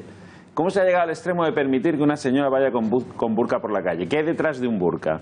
¿Qué hay detrás de un burka? ¿Qué implica que una señora vaya sometida debajo de un burka? Pues implica... Tú lo has dicho, sometimiento. ¿Y por qué se ha permitido llegar a ese extremo? ¿Por qué se ha permitido? Porque aquí, digamos, ha habido una laxitud, un miedo a que nos llamen islamófobos, etcétera, que ha llegado a permitir auténticas barbaridades. Aquí te llaman machista por cualquier tontería, por piropear a una señora por la calle. Eso es ¿Cómo permitimos a un señor que lleve a su mujer con un burka? Es que me parece una cosa verdaderamente denigrante, que se ha convertido en un acto cotidiano en Londres. Que no hay que buscarlo, que te lo encuentras quiero ver un ejemplo del tratamiento que ha hecho la prensa y los medios de comunicación una vez más. Venga, un matiz, Román, venga. No, vamos a ver. Yo me alegro mucho de habernos equivocado hasta ahora en el multiculturalismo. porque desde nuestros principios y valores de sociedad abierta, plural, basada en el imperio de la ley, hemos hecho leyes del buenismo pensando que todos las iban a coger porque eran las más avanzadas. Pero ya hemos probado más de un tercio de siglo de estas leyes. Y entonces lo que ahora tendremos que hacer es leyes no desde el buenismo, sino desde el imperio de la ley. ¿Por qué? Porque la tolerancia es para los tolerantes. Es un error aplicar la tolerancia a los intolerantes. ¿Por qué? Porque los intolerantes te comen y ganan ellos y acaban con nuestras normas y nuestro modelo de vivencia. La intolerancia para los intolerantes es la única forma que tenemos los tolerantes de salvar el Estado que tenemos y la sociedad que tenemos. Y además no nos podrán decir ustedes no han querido. No, nosotros sí hemos querido. Todas nuestras leyes se han hecho abiertas, plurales, iguales para todos y sin ningún tipo de discriminación. Si no las han abrazado, lo siento, tendremos que anteponer nuestro modelo de sociedad al de los otros que no lo quieren, porque si no, nos ganarán. Y a mí lo que más me preocupa, y hablo de la ley, es que si desde el imperio de la ley, desde las leyes y los políticos, no se toman esas medidas, cuando los pueblos cansados las toman, se toman desde sitios que no son adecuados. Porque surgen populismos y surgen sobreinterpretaciones, surgen los radicalismos y surgen las violencias descontroladas. Más vale que el discurso político empiece a asumir una reflexión interna profunda de cómo tiene que legislar y qué es lo que tiene que hacer, porque como lo hagan los ciudadanos cabreados, tenemos un lío gordísimo y yo quiero evitar ese lío. Bueno, venga, más. Últimos ecos que nos llegaban de lo de Londres. Ahora ya es el tratamiento de los medios de comunicación. En muchas ocasiones hemos dicho desde esta cadena, desde el Grupo Intereconomía, que hay muchos medios que no se atreven a llamar a las cosas por su nombre. El apellido del terrorismo islamista, pues no se atreven por lo que sea, por lo que pueda ser políticamente correcto. En cualquier caso, la CNN, ayer, conexiones durante todo el día desde Londres con Estados Unidos, y fíjense lo que hacía una reportera que se llama Becky Anderson, no ella, sino en concreto su equipo de producción, que en lo que parece por estas imágenes, antes de dar paso al directo, la calle está vacía y ordena a una serie de personas que están ahí que se pongan, en torno a una docena de personas, con pancartas, todas ellas son personas musulmanes, señores y señoras, con gritos o carteles a favor de la paz y en contra del Estado Islámico. De repente van a ver que aparecen de la nada y después, en el directo que esta periodista hace con Estados Unidos, efectivamente aparecen de fondo como si esa manifestación hubiese sido improvisada y hubiese mucha más gente de la que realmente había. Vean y juzguen ustedes si es una manipulación o no. Comparen muy atentos esta imagen. On the streets of London, so close to what were such brutal attacks. Con esta. Aparentemente un mismo escenario, ¿no? Una narrativa de una amplia oposición musulmana al Estado Islámico y el terrorismo. Pero vean, lo que de verdad se esconde es el telón de fondo que prepara la cadena estadounidense CNN para emitir un directo con una de sus reporteras en relación con el atentado perpetrado el pasado sábado en Londres. Les entregan carteles por la paz, ensayan bien su plano e incluso en alguna ocasión les indican que se muevan hacia un lado u otro para que la puesta en escena sea perfecta. El vídeo fue captado por un ciudadano que acto seguido lo publicó en su cuenta de Twitter. Según cuenta, la BBC también pretendía aprovechar este escenario para realizar esta misma conexión. Pero, ¿por qué ese interés en mostrar una escena que en realidad nunca existió? Lo han visto, que de la nada no hay nadie en la calle, van llamando a la gente para que se vaya situando con esas pancartas en favor de la paz y de repente en ese directo aparece como si estuviesen una manifestación espontánea de ciudadanos musulmanes que viven en el Reino Unido condenando este atentado. Bueno, ¿qué os parece esta manipulación, si es que creéis que la es, y por qué creéis que la han hecho? Vamos a ver, es una manipulación repugnante. Bochorno. Es bochornosa, es para que el editor y el productor de ese programa se tenían que haber ido de la procesión, porque a partir de ahora no nos vamos a creer ninguna de las noticias que hagan. Ahora, ¿qué está haciendo la CNN? Pues como tiene criterios ideológicos, tiene un modelo de sociedad y tiene unos declarados intereses políticos y un modelo basado en el establishment en el que todo esto está pululando y les parece bien y quieren resolverlo desde el viejo orden mundial que nos está llevando a la porquería en el que vivimos ahora, pues nos manipula y nos vende este tipo de imágenes para intentar que gente que está pensando de otra manera, que hemos dicho aquí, oye, ¿y por qué no hay una movilización? La ponen delante para ver si calman a esa gente que la tienen muy cabreada. Esto es una vergüenza y esto obliga a que estas leyes de falsedad, cuando se es un poder como son los medios de comunicación, deberían de estar penadas, porque ya está bien lo de la famosa autorregulación de los periodistas. Yo antes me la creía, antes intentábamos hacer las cosas bien, pero en este mundo actual de los medios digitales y de que todo el mundo puede ser periodista y todo el mundo puede hacer información, lo que hay es una asquerosa y repugnante manipulación detrás de muchísimas de las informaciones que sufrimos, y esto hay que cortarlo. Bueno, pero es que los grandes medios, CNN y muchos más, en los que yo, por supuesto, no creo, se dedican a las noticias falsas y son los lacayos del mundialismo.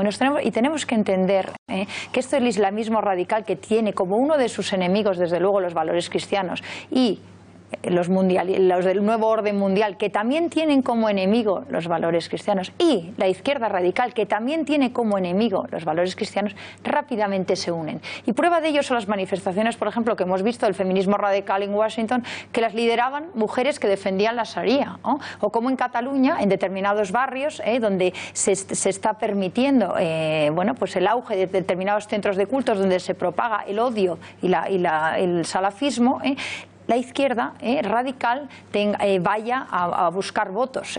Entonces tenemos que tener en cuenta que todos los que tienen el mismo enemigo se unen. Y por eso estos medios pues no tienen ningún pudor en hacernos un discurso falaz, mentiroso, de lo que está sucediendo ahí, ¿no? Bueno, es que esta manipulación ideológica no es periodismo, lógicamente. Claro. Se llama propaganda. Esto es propaganda. Es lo más parecido, los digamos, fake news estas famosas, ¿no? Así a escala doméstica de esos autobuses que contratan los partidos políticos para llevarlo a un mitin, ¿no? Pues algo parecido, pero yo creo que todavía más grave, ¿no? Y da que pensar, porque claro, si tú tienes que montar una manifestación de 2 docenas de musulmanes y repartirles carteles, da que pensar. No encuentras de verdad 2 docenas de musulmanes que espontáneamente salgan a... No, pues claro, no, es que da que pensar. Es que seguramente no hay pero...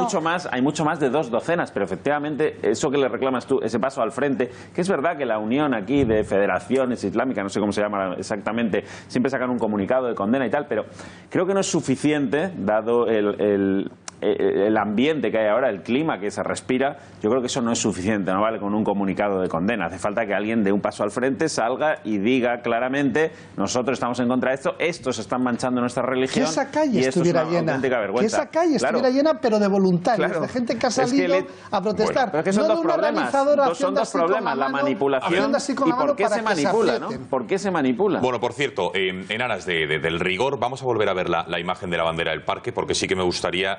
Desde luego, les cuento, porque hemos dicho que era una de las banderas del ISIS, lo cierto es que la bandera oficial del Estado Islámico no es esa, es una que tiene un círculo, pero la prensa dijo que esta bandera en concreto, de la del parque, era una de las banderas del Estado Islámico. La verdad es que podía ser cierto. Lo que realmente pone en esta bandera, literalmente, es que no hay más Dios que Alá y Mahoma, su profeta. No es del ISIS en sí, pues es un lema del Islam, pero la usan también los del ISIS, con lo cual, viendo el resultado, viendo lo que se decía y viendo el resultado, que la persona del circulico fue el que atentó el pasado sábado en nombre del ISIS, desde luego blanco y en botella. Pero en aras de ser rigurosos, esa bandera no es la que define o distingue al Estado Islámico. Bueno, más asuntos. La Policía Nacional, quiero que vean también unas imágenes, detuvo el pasado sábado a un joven marroquí que irrumpió a gritos en una boda. Van a ver las imágenes.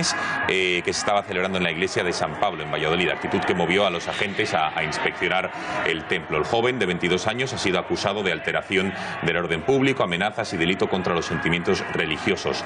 Este joven tenía permiso de estudiante y, como ven, irrumpió en esta boda. Ahí le ven que se enzarza con alguna de las personas, incluso en el momento en que lo quieren retirar. Fíjense cómo agarra el mantel del altar y retira, no sé si es el libro, el misal, se cae por la escalera y finalmente se enzarza ahí también con algunos de los asistentes, que finalmente le invitan o le cogen o le escoltan hasta la salida. Tenemos conexión telefónica con el superior de la iglesia conventual San Pablo de Valladolid. Padre, muy buenas noches. Buenas noches. Bueno, cuéntenos, porque entiendo ya en la imagen estamos viendo que usted es el que está arriba del altar a la izquierda. Cuéntenos cómo vivió este episodio. Entiendo que una sorpresa tremenda, ¿no? Bueno, eso siempre es sorpresa. La celebración transcurrió con normalidad a lo largo de todo su desarrollo, pero al llegar el momento de la paz, es decir, ya casi de la mitad de la celebración para el final, pues apareció un señor dando voces que algunos dicen que si decía al aire grande. Yo, de verdad, no tengo ni idea lo que decía, solo que era en un idioma no inteligible para mí, y que venía dando voces, levantando los brazos, y claro, ya los invitados se querían interponer ante él, y él iba empujando a todos, dando golpes, tal, y logró llegar hasta el lugar donde estaba el altar. Hay un tramo de 10 escaleras, subió, y allí... En ese momento yo había estado dando la paz y por eso estoy a un lado en las imágenes que se ven, que se han transmitido por ahí, estoy a un lado junto a un grupo de invitados que estaban de testigos, que eran un grupo de jóvenes. Parece ser que había entre ellos un guardia civil y algunos policías, por supuesto que de incógnito, de paisano, con su chaqué algunos, y ellos fueron los que salieron rápidamente a intentar pararle y reducirle y bajarle o echarle. Sí, sí. En ese tiempo, pues alguien debió de llamar a la policía o a la Guardia Civil, no sé a quién, porque se presentaron allí de varios tipos de policías. Y ya en el momento en que yo me dirigía a retirar, a coger el cáliz y la patena, pues por si acaso, porque no sabíamos qué intenciones traía.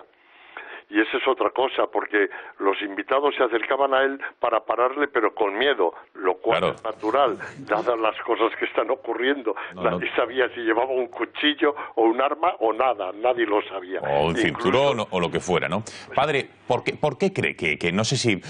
usted evidentemente está en mitad de la celebración eucarística de esa boda, pero ¿por qué cree? No sé si usted o alguien al finalizar la Eucaristía tuvo ocasión de hablar con este ciudadano de 22 años. ¿Por qué lo hizo? ¿Por qué cree que entró en el templo, interrumpió esa boda, más allá de llamar la atención? Pero ¿cuál era su fin? ¿Qué cree usted? Vamos a ver, parece ser los que le oyeron hablar así antes de empezar todo, que no hablaba con coherencia vocal. Es decir, y luego me lo han confirmado, que estaba drogado y también con alcohol. ¿Cuál es su finalidad? ¿Interrumpir un acto religioso? Pues no lo sé, pero provocar, fastidiar a una pareja de novios que han preparado con ilusión su celebración y tal, pues no lo sé. Pero desde luego no era por nadie aceptado todo eso que estaba haciendo.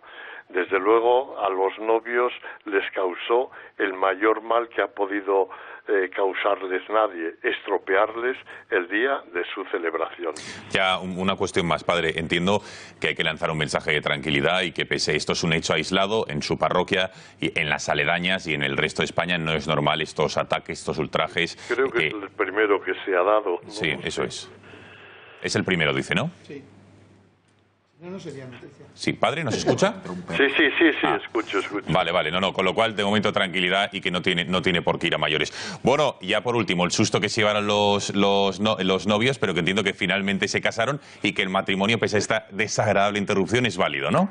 Hombre, por supuesto, la ceremonia del matrimonio ya se había realizado. Si solo quedaba la parte final, que era la comunión y el firmar los documentos que se hace sobre una mesa junto al altar y nada más. Pero claro, eso queda estropeado un poco estéticamente y vitalmente y moralmente. Es lo que yo traté de tranquilizar a la gente una vez que ya la policía se lo llevó y tal, pues digo, bueno, que esta vivencia de vuestro matrimonio no quede ensombrecida con el recuerdo del mal momento aquí pasado, que se trate de resaltar lo vuestro, el matrimonio y la celebración, que por encima de todo esté sobre esa otra vivencia Queda clarísimo. Pues, Padre Superior de la Iglesia Conventual de San Pablo de Valladolid, muchísimas gracias por haber atendido a la llamada del Gatalagua y muy buenas noches. A ustedes, muchas gracias. Adiós. Gonzalo, fíjate, ese matrimonio empezó mal, pero luego a las 2 horas ya ganó el Madrid la 12 y estaban todos contentos. Me gustaría decir una cosa, Gonzalo. Venga, brevemente. Que me llama mucho la atención el discurso de paz de este padre y este párroco, ¿no? Me gustaría imaginarme lo que sería un imán si alguien hubiese entrado en su mezquita. Pero es que no sale vivo. Ver el discurso, solamente ver, aunque solo sea el tono. Tú entras ahí y no sales vivo en la mezquita. Gonzalo, si le aplican la doctrina Rita Maestre, este chico pues será suelto, no habrá pasado nada. Ahora, lo que sí que me llama la atención, fíjense, es la congoja de los fieles que ahí estaban, que no se atrevían a abordar a esta persona por miedo a que portase algún tipo de arma, pistola, ya un cuchillo, un cinturón. Vale un machete, vale un explosivo, es que vale todo. Gonzalo ya fue reo de desórdenes públicos, estaba ya fichado, había sido procesado. Este hombre, Martí, ¿no? De 22 años. Este individuo pues ya tenía antecedentes, pero incluso de procesamiento por desórdenes públicos, que, en fin, parece que es lo que él... El miedo está justificado, ¿no? A mí lo que no me gusta es la cobardía, ¿no? Yo he visto, por desgracia nosotros los de Vox hemos estado en casos singulares, ¿no? Hace 2 años en la Universidad Autónoma dimos una conferencia sobre multiculturalismo, ¿no? Estaban todos los partidos políticos y cuando nosotros empezamos a hablar del fracaso del multiculturalismo, de cerrar mezquitas salafistas, hace 2 años, y hablamos de Molenbeek antes de que fueran los atentados, pues resulta que se levantó un tipo como estos y nos amenazó de muerte. Y dijo, yo sé tus hijos, yo sé dónde vives, todo. Y ahí ningún político, ningún periodista hizo absolutamente nada. Y es la única vez que tengo que reconocer que llegué a casa con las piernas temblando. Me agarré inmediatamente al de Podemos y dije que me acompañara al coche. En este caso, este individuo ha tenido mala suerte en el sentido de que allí había policías, por lo visto igual... Pero la reacción general cuando pasan estas cosas... Probablemente nadie se hubiera atrevido a... No es de condena. No recibimos ninguno una condena de lo que había pasado. Se sacó a ese señor de la sala, y nadie dijo nada. Y estaban Ciudadanos, PSOE, PP, estaban todos. Estaban todos. Entonces, a mí eso me impacta. Luego tienen que intervenir como 8 porque personas. Yo sí lo haría por otros, quiero decir. Claro. Pero ahí fíjate que salen 4 persiguiéndole, lo paran otros que están en el lateral. Y ahí hay como 8 personas que no pueden con él. Porque efectivamente él lleva una violencia innata que la aplica y los demás pues son más civilizados. Al final entre 4, cuando ya lo reducen, lo sacan. Pero necesitan a 8 para parar esto. Bueno, tiempo ya de saludar a nuestro experto en seguridad, analista internacional, Bruno Navarro, conocido por todos ustedes. Señor Navarro, buenas noches. Buenas noches. Gracias por estar con nosotros. Con Bruno Navarro vamos a analizar una de las decisiones más polémicas o que más está dando de qué hablar. Vamos a intentar dar respuesta a los porqués. Entre 4 o 6 países del Golfo Pérsico han decidido, digamos, crear o hacer un bloqueo diplomático a Qatar, con las consecuencias que puede tener eso. Le acusan de ser una de las fuentes principales del terrorismo, de estar detrás de de apoyar a diversos grupos terroristas, entre otros los que acuden o sacuden a nuestro viejo continente. En fin, preguntas muy interesantes, temas suficientemente interesantes como para abordarlo con Bruno Navarro después de la publicidad. Hasta ahora.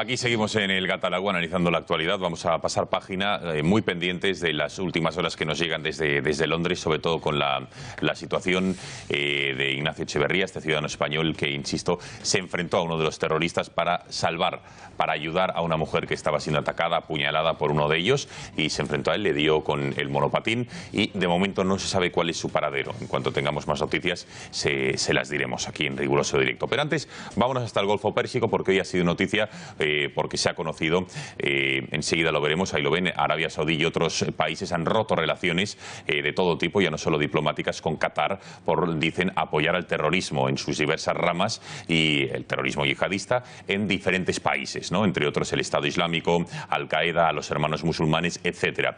Vamos a saber un poco más de esta medida que han tomado otros países como Arabia Saudita, que hasta Arabia Saudí ha roto con Qatar, con lo cual si Arabia Saudí, que tradicionalmente apoya el wahabismo, imagínense si Arabia Saudí ha roto con Qatar, lo que debe ser Qatar. Pero bueno, Cristina Ramos, buenas noches de nuevo, cuéntanos los porqués y sácanos de dudas de en qué consiste esta ruptura de relaciones. Sí, vamos a ver detalladamente de qué le acusan. Primero, de promover el discurso y los planes de estas agrupaciones a través de los medios de información de manera permanente, así como de respaldar a Irán en su apoyo a los grupos terroristas. El Cairo, por su parte, le acusan de intervenir en los asuntos internos de Egipto y los países de la región de manera que amenaza la seguridad nacional árabe. Para el gobierno de Yemen, dice que ha quedado claro el trato a favor con las organizaciones extremistas en el país donde operan el Estado Islámico y la organización Al-Qaeda. ¿Y cuáles son estos países? Pues los vemos: Arabia Saudí, Egipto, Emiratos Árabes, Bahrein, Yemen, Libia y Maldivas. Estos han comunicado que rompen unilateralmente las relaciones con Qatar. De estos países, Arabia Saudí ha sido el primero en anunciar estas medidas. Todo ello apenas 2 semanas después de que Donald Trump les instara a unirse contra el extremismo. Un comunicado divulgado en las últimas horas por los Emiratos Árabes manifiesta que la incapacidad para cumplir con compromisos y acuerdos internacionales es lo que ha llevado a tomar las medidas necesarias para salvaguardar los intereses de los componentes de la cooperación del Golfo y el pueblo catarí. Y las consecuencias no se hacían esperar. Abu Dhabi, la capital de Emiratos Árabes, ha dado nada más y nada menos que 48 horas a sus diplomáticos para abandonar el país. De hecho, ya muchas aerolíneas como Fly Dubai o Qatar Airways ya han suspendido todas sus rutas entre Riad y Doha, la capital de Qatar. Ante estas acusaciones, el Ministerio de Asuntos Exteriores de Qatar argumenta que estas medidas no están justificadas y solo se fundamentan en calumnias. Sin embargo, Qatar también es protagonista por la manera en que se está adueñando del continente europeo. ¿Los motivos? Bueno, pues entre ellos por la compra ya hace unos años de uno de los hoteles más lujosos en París, también por la cesión a Qatar Airways del 35% de las partes de Cargolux, una aerolínea luxemburguesa especializada en el transporte de carga. Con esta medida, Qatar quiere fortalecer los intercambios económicos entre Europa y Asia y dominar la mercancía aérea entre esos continentes. El PSG en Francia, el Málaga, la financiación del Barça, también por la Qatar Foundation, también fundamentan esta teoría. El casino de Cannes, hoteles de lujo parisinos o la famosa tienda Harrods en Londres han sido las presas de Qatar en los últimos 4 años. Ese dinero invertido no le daría necesariamente beneficios, pero sí fama. Muchísimas gracias, Cristina. Hay que decir que al Barça ya no le patrocina Qatar Airways, sino que ya es otra empresa japonesa en este lugar, con lo cual corregir es de sabios. Por eso os quedéis con la Copa del Rey y basta, ¿no? Ya, efectivamente. Es un problema de financiación. Bueno, Bruno Navarro, buenas noches de nuevo. Buenas. ¿Le ha sorprendido de alguna manera esta decisión de estos 6 países? Vamos a verlos en el mapa, cuanto más lo veamos mejor. Respecto a Qatar, dicen que es el patrocinador del terrorismo a nivel mundial. Cuéntenos. Bueno, no es el único patrocinador, ¿no? Aquí estamos hartos de hablar de Arabia Saudí, de Turquía, incluso de Occidente, como hemos patrocinado directa o indirectamente el terrorismo internacional con apoyando determinadas primaveras árabes, ¿no? No es el único patrocinador, pero es uno de ellos, ¿no? Y no me sorprende porque Qatar y Arabia Saudí no se llevan bien desde los años 60, con tiras y aflojas. Aumentó en 2011, a raíz de las primaveras árabes, aumentó su distanciamiento y sobre todo hubo un golpe de efecto no tan grave, pero ha sido el más grave hasta la fecha, en 2014, donde bueno, se rompieron relaciones diplomáticas también entre 3 de estos países, ¿no? Emiratos Árabes Unidos, Bahrein y Arabia Saudí con Qatar. Lo que sí sorprende es que sí que es la más grave, ¿no? Aquí hemos llegado a un punto bastante más agresivo y más alto en la ruptura de relaciones. ¿Por qué es no retorno esta ruptura? ¿Qué supone? No creo que sea un no retorno, nunca lo ha sido, ni va a haber una guerra, pero lo que supone es un golpe de efecto para decir basta ya realmente lo que, vamos a ver cómo lo explico, de una forma clara.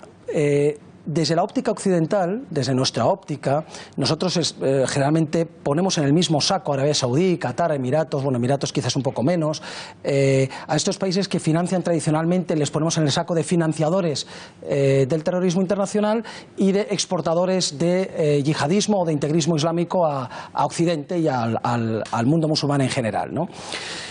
Y esta generalización no es errónea, es correcta, es verdad. Desde una óptica muy general, es cierto, las generaciones no son malas. Lo que pasa es que si rascamos un poco más, vemos, como en cualquier otro conflicto internacional, que es cierto que hacen eso, pero luego entre ellos no se llevan bien. Y no se llevan bien por un motivo principal, que es una de esas palabras o de esos términos que os he utilizado cuando antes nos han explicado las razones, es la fundamental, y son los hermanos musulmanes. Los hermanos musulmanes es el término que separa el abismo, o que provoca el abismo que separa a Arabia Saudí de Qatar, o a esos bandos enfrentados en el Golfo, que no es unívoco. El Golfo, a pesar de ser un mundo suní, un mundo salafista en general y wahabita, enfrentado al poder chií representado por Irán, no es unívoco y tiene una serie de diferencias que ahora mismo son las que se plasman, y donde, si nos quedamos en ese primer saco generalista occidental, no lo entendemos. Si empezamos a rascar, vemos que, a pesar de hacer muchas cosas muy idénticas, tienen unas grandes diferencias, que la principal, repito, es hermanos musulmanes. Entonces vamos a centrarnos. Los hermanos musulmanes. ¿Qué hacen los hermanos musulmanes? Porque sí que es verdad que están en diferentes países, pero ¿cuál es la razón de ser? Y sobre todo, ¿por qué es la gran diferencia entre Qatar y Arabia Saudí? Porque claro, decíamos en la presentación que hasta Arabia Saudí se ha hartado de Qatar, o de que sea una de las grandes patrocinadores del terrorismo. Hasta Arabia Saudí, porque Arabia Saudí no se queda corto tampoco, ¿no? No se queda corto, ni Turquía tampoco, apoyando en la guerra de Siria, por ejemplo, a grupos yihadistas, Al-Qaeda mismo, o de la órbita de Al-Qaeda, por ejemplo, y hasta hace muy poco permitiendo y financiando indirectamente, el caso de Turquía, al Estado Islámico. Luego, no se quedan cortos. Arabia Saudí, hermanos musulmanes, que nace en los años 20 en Egipto, ha ido expandiéndose a lo largo del mundo. Es un movimiento que no es salafista y wahabita, que serían términos que a lo que a nosotros respecta podemos equipararlos, ¿de acuerdo? Y lo que fue es expandiéndose gracias a la educación. Arabia Saudí, Qatar eran países muy letrados que necesitaban maestros, necesitaban potenciar sus escuelas. Y los hermanos musulmanes, que eran muy fuertes en eso, vinieron desde Egipto, generalmente huyendo de la persecución que allí sufrían, fueron huyendo y recalaron en Arabia Saudí, en Qatar, para huir. Y llegaron a un acuerdo con el Estado, de tal forma que se ocupaban de las escuelas, se ocupaban de la educación de esos países, y en el caso de Arabia Saudí, con la obligación de no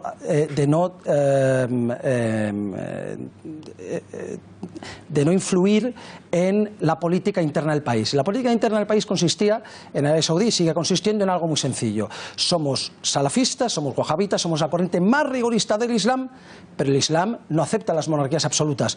Queremos mantener nuestro chiringuito. Por lo tanto, os permitimos al salafismo progresar y ser la religión preponderante del país, pero no toquéis la monarquía.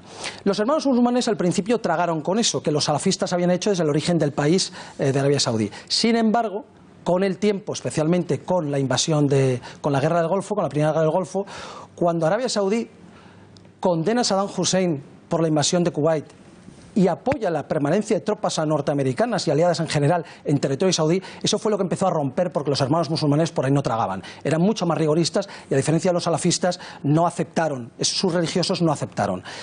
Ahí la cosa se torció y se quedó en un entente formal de ni amigos ni enemigos. Donde se rompió ya del todo fue a partir de 2011, cuando los hermanos musulmanes, incluidos los que están en Arabia Saudí, rompieron con el gobierno saudí y dijeron públicamente que condenaban, por ejemplo, la deposición de Morsi en Egipto por el golpe de Estado del mariscal al-Sisi. Esto Arabia Saudí no lo ha tolerado y en 2014 les ha considerado oficialmente grupo terrorista.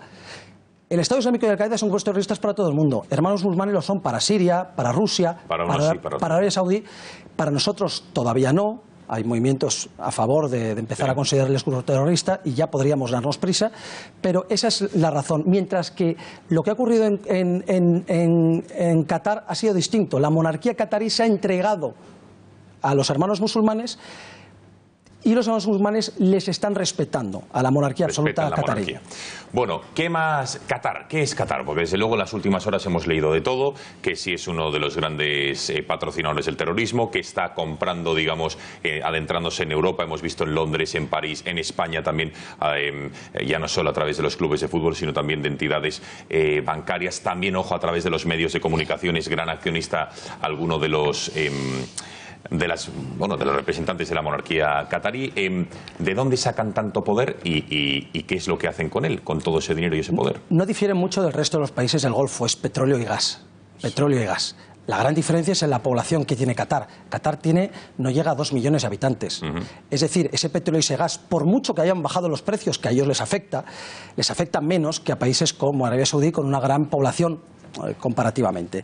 Esto hace que estos menos de 2 millones de habitantes, del cual el 86% son trabajadores extranjeros, luego de esos 2 millones solo hay unos pocos, cientos de miles, que son realmente cataríes. Esos cataríes viven subvencionados. Su deporte, más bien, su trabajo consiste en buscar el mayor número de filipinos posibles para hacer su trabajo. En eso consiste básicamente la vida de un catarí. Y esto se puede mantener porque, a diferencia de Arabia Saudí, que empieza a cobrarles impuestos a sus ciudadanos y a cobrarles la energía a sus ciudadanos y la gasolina a sus ciudadanos que están acostumbrados a estar financiados, en Qatar ya se sigue sosteniendo por los pocos habitantes, mientras que en Arabia Saudí no tanto. Por lo tanto, Qatar es un país del Golfo típico, petróleo y gas, resumiendo, pero con la ventaja de una poca población a la que sostener. Luego, a pesar de la caída del precio del petróleo, lo llevan bastante bien y están en el ranking, están en cabeza de renta per cápita del mundo. ¿Y cómo se están adentrando en Europa? ¿De una manera peligrosa, normal? Porque desde luego es imparable la compra a través de esos, no sé si petrodólares o gas dólares, pero vamos, que están entrando de una manera imparable en Europa, ¿no? Está entrando de manera imparable. Si nos ceñimos a los aspectos puramente económicos, tenemos que decir que el mercado es libre y que compren lo que quieran. El problema no es que hayan en su día financiar al Barcelona, que se hayan metido en el Corte Inglés, Iberdrola, Santander, Ferrovial, Grupo Villarmir, ACS, etcétera, ¿no? No solamente eso, sino cuando se utiliza, por la influencia de los hermanos musulmanes, del salafismo primero y luego ahora de los hermanos musulmanes, la economía como medio para crear una influencia religiosa. Donde en el Islam de esos países occidentales ellos quieren liderar, y por lo tanto en España hasta hace poco se hablaba de un plan de construir 150 mezquitas por parte de Qatar en los próximos 15 años. Bueno, eso fue hace 2 años, pues no sé cuántas llevarán ya construidas en ese intento. ¿Pero las están construyendo? ¿Se les deja construir? Se les cede terreno para que las construyan. Claro. En Canarias y en Cataluña. Bien. Entonces, quizás no con la rapidez. No, señor Navarro, yo no pensaba que era así de sencillo. No es tan sencillo porque posiblemente al ratio que van no cumplan las 150 en los 2 años. Pero bueno, ya intentarán ellos todo lo posible para conseguirlo. De hecho, cuanta más influencia económica tienes en las grandes multinacionales españolas, más armas tienes para conseguir que te cedan más terrenos y, conseguir, ¿no?, esas mezquitas. Por lo tanto, ¿es un peligro? Yo creo que sí es un peligro Qatar. Lo que pasa es que no es el único país con influencia. Marruecos lidera ahora mismo la educación en las mezquitas y en los colegios españoles, y Marruecos no es precisamente nuestro aliado en general. En una parte de la lucha contra el yihadismo sí, contra el terrorismo sí, pero por otro lado es un enemigo territorial vecino, un contrincante territorial vecino muy importante, y está liderando con el beneplácito de España, preocupada España, pero se lo ha cedido la educación en mezquitas y colegios de España a sus imames, con lo cual... Bueno, antes de que alguna reflexión por parte de la mesa, ¿hasta qué punto ha tenido que ver o ha empujado la visita de Donald Trump la semana pasada a, entre otros países, a Arabia Saudí, intercambios comerciales, el séquito que acompaña a Donald Trump a esta decisión de romper relaciones con el gobierno de Qatar? Que desde luego, no sé si es un giro o no en la política estadounidense, pero que Donald Trump está cumpliendo su promesa de estar muy pendiente de lo que ocurre en el Golfo y en los países aledaños. Es una evidencia, ¿no, señor Navarro? Es una evidencia. Por un lado hay que reconocer, hay que aceptar que a Estados Unidos no le conviene esta situación, porque en Qatar tienen la mayor base militar norteamericana en el Golfo, con 10.000 efectivos contando la parte de la coalición, y es el cuartel general en varios aspectos de la lucha que lleva en Irak, en Siria, etcétera, con lo cual no le conviene. Pero es verdad que su visita a Arabia Saudí hace 2 semanas ha envalentonado a Arabia Saudí. Porque el contrato armamentístico ha sido sin precedentes. Entonces Arabia Saudí se siente ahora otra vez como el gran amigo de Estados Unidos, que se estaba perdiendo, y porque Estados Unidos, una de las cosas que ha hecho es volver al enfrentamiento directo con Irán, y eso supone que aquellos que apoyan a Irán, aunque no lo diga, ya no son tan buenos amigos. Y ahora nos sorprenderemos por una cosa que voy a decir, pero es que Irán no está solo en el Golfo. Irán, y estos son los juegos de la geopolítica que la hacen tan complicada pero tan bonita a la vez, y es que Qatar es un aliado indirecto y un compañero de camino por circunstancias. Qatar es compañero de Irán. y los no alineados del Golfo, que son Omán y Kuwait, también están apoyando en cierta manera a Irán. Por lo tanto, el mensaje de Estados Unidos al apoyar tanto al líder regional anti-Irán, que es Arabia Saudí, ha sido una especie de mensaje no buscado, pero es la consecuencia no buscada ha sido que Arabia Saudí se ha sentido como otra vez tener el apoyo de Estados Unidos y ahora puedo hacer lo que quiera. Y lo que quiero es acabar con Qatar. Ya por último, señor Navarro, para acabar de reducirlo, digamos, de alguna manera a lo que solemos hacer los españoles. Algo fácil, simple, sencillo, entre buenos y malos. Podríamos decir que dentro de lo que está ocurriendo en el Golfo Pérsico, estos 6 países son los menos malos y Qatar es el más malo, o uno es el menos bueno y los otros son los más buenos. ¿Se puede hacer esta reducción, esta simplicidad o no? ¿Este simplismo? Yo no lo haría, con excepción, no me meto con Maldivas, de los países, el único que sacaría del no me meto es Egipto, que en estos momentos, guste o no guste el golpe de Estado contra Morsi, el gobierno del mariscal al-Sisi es quizás el que menos problemas nos puede dar. Pero del resto, no haría ninguna diferenciación ahora mismo de tener que elegir bando. No tenemos que elegir bando. Venga, reflexiones en la mesa de lo que está ocurriendo en el Golfo y esta decisión, Alejandro. A mí me gustaría preguntarle... Me gustaría conocer tu opinión de los hermanos musulmanes. Me ha parecido que no eres muy simpatizante porque por lo que has comentado, y preguntarte también si hay presencia o incipiente de los hermanos musulmanes en España. Bueno, la opinión es verdad que yo creo que ha quedado claro o acreditado que no soy muy positivo hacia ellos. Creo que son un peligro. Creo que las cosas tardan en reconocerse. Y que los hermanos musulmanes se han quitado la careta. También es una organización mucho más moderna, es de los años 20, finales de los años 20, y creo que tarde o temprano se quitará la careta. Cada vez son más países que lo prohíben. En Estados Unidos hay un movimiento muy amplio que está buscando, con los apoyos en el Congreso necesarios, que se considere organización terrorista, ¿no? Aún tardaremos, pero yo creo que al final, creo y espero que al final se llegue a ello.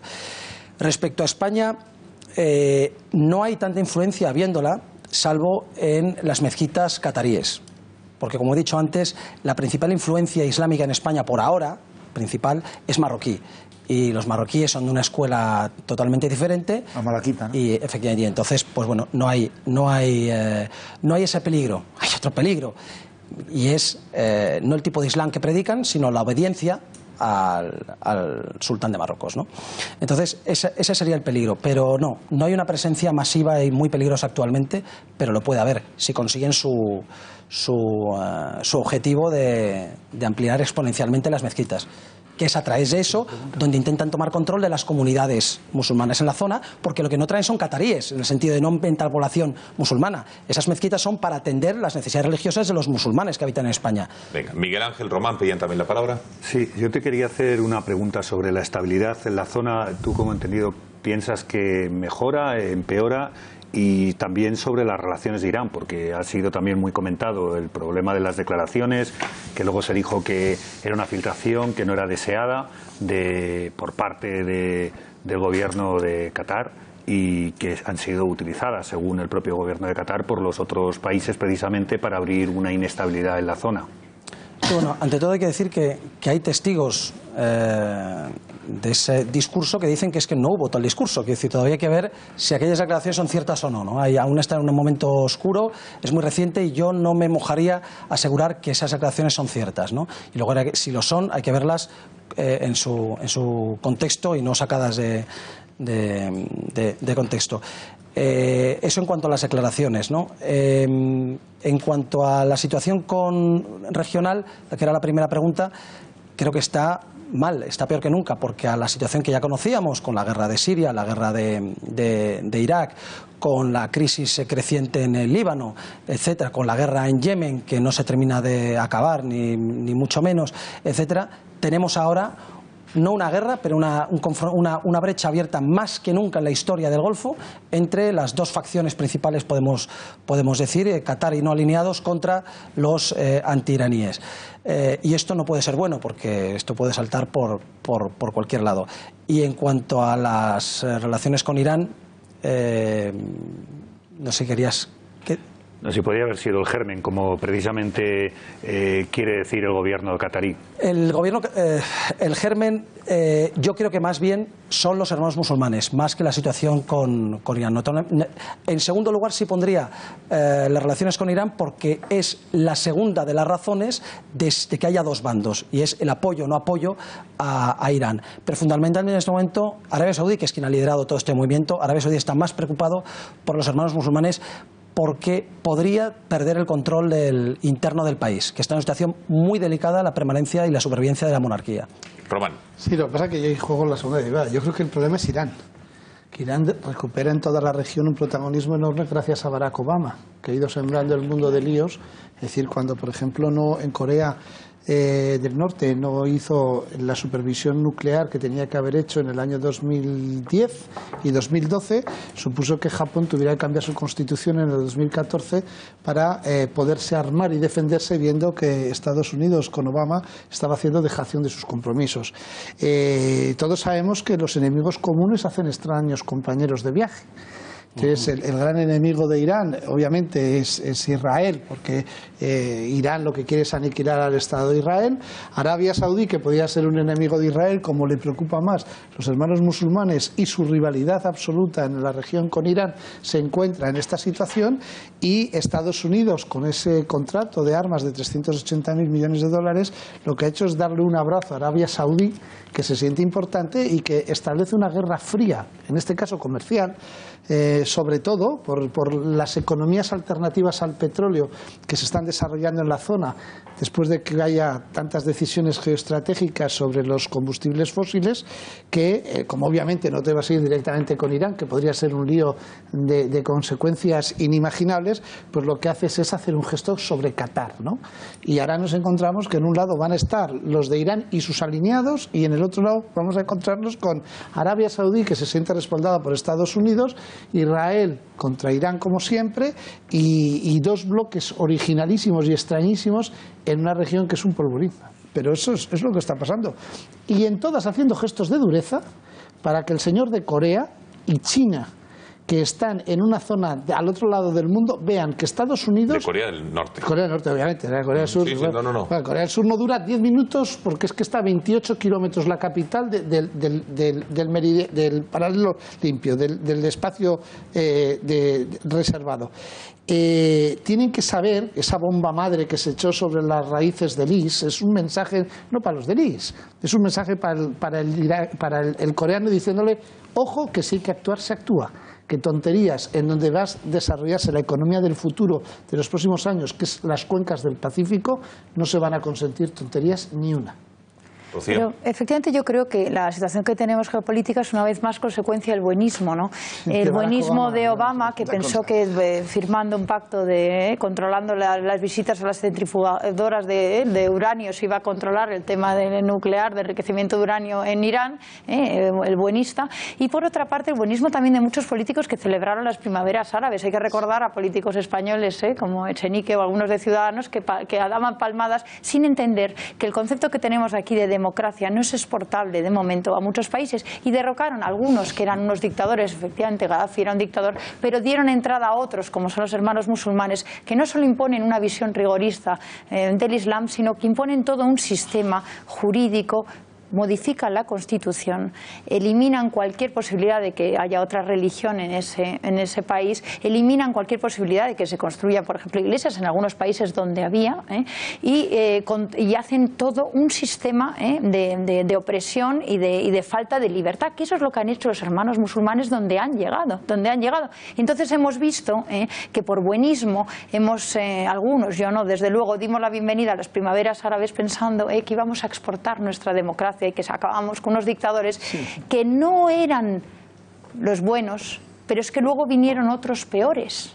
Y entonces hay que entender que la visión que tenemos nosotros de la política y lo que entendemos por democracia aquí, por desgracia, no es exportable a todos sitios, ni todos sitios tienen la madurez suficiente como para acoger este cambio tan radical, como hemos visto en muchos países. En Túnez lo hemos visto, Irán, en Egipto. Lo primero que hacen es cambiar la Constitución y de ahí no hay marcha atrás, ¿no? Entonces eso no falla con los hermanos musulmanes, y efectivamente los políticos buenistas como Obama pues nos han han llevado a una situación pues como la que estábamos con Irán, ¿no? Que pensábamos que estaba controlado y era el descontrol absoluto.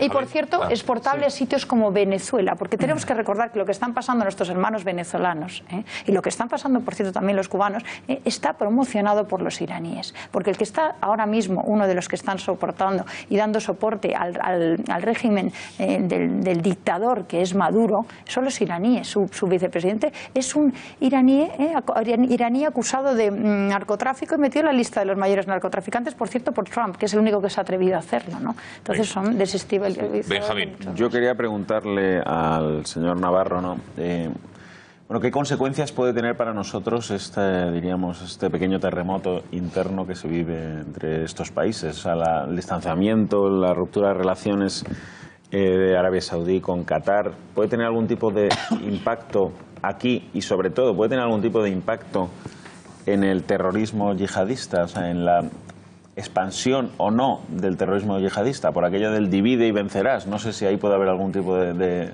consecuencia, de relación. Bueno, el problema es que cuando el terrorismo yihadista se divide,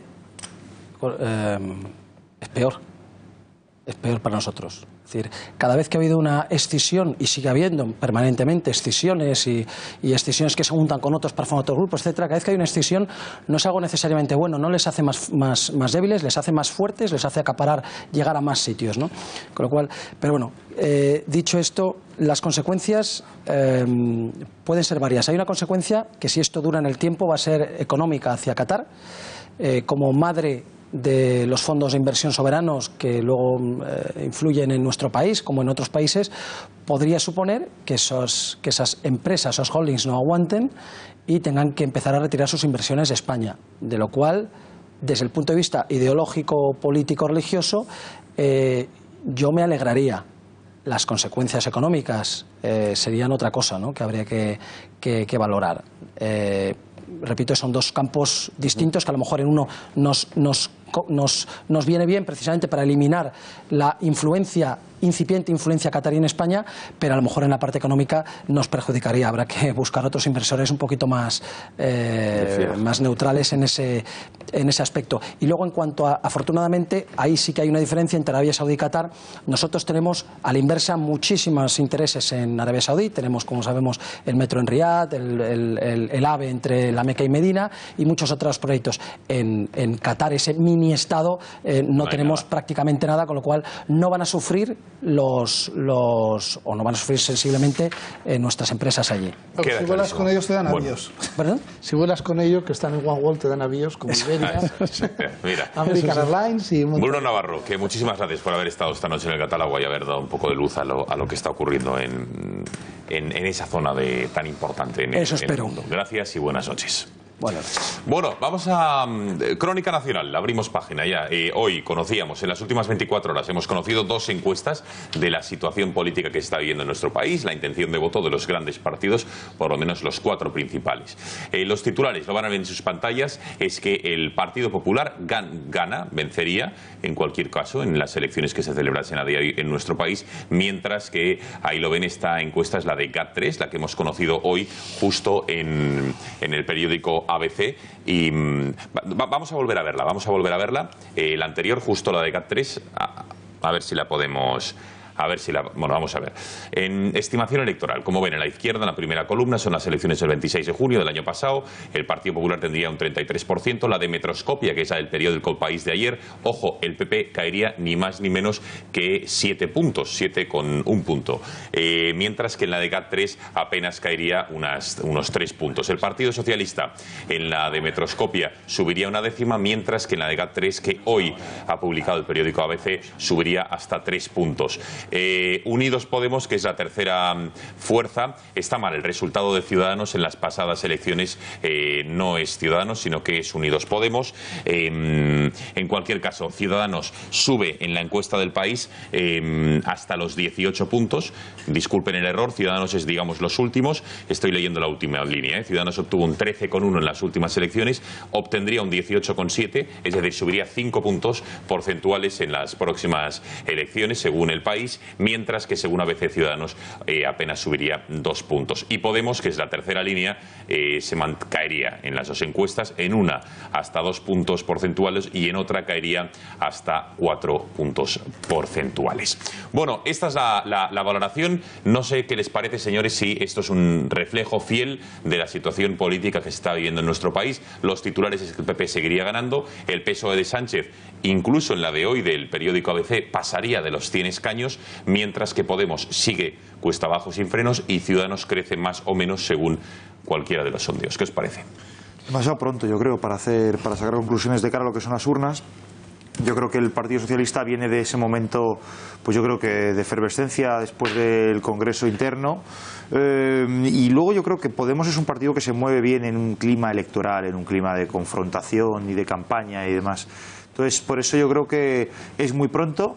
Creo que las encuestas, desgraciadamente, en este país han funcionado regular en las últimas convocatorias, con lo cual creo que hay que ponerlas siempre, pues con cierta, o hay que atenderlas con cierta cautela, incluyendo incluso las oficiales, las del CIS, ¿no?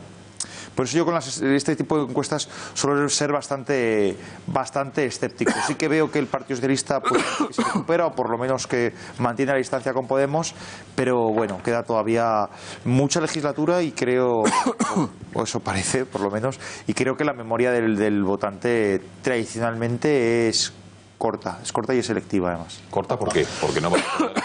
Bueno, pues porque yo creo que, por ejemplo, lo que afecta actualmente y lo que puede marcar la opinión pública hoy no es lo que va a marcar la opinión pública dentro de un año o dentro de año y medio.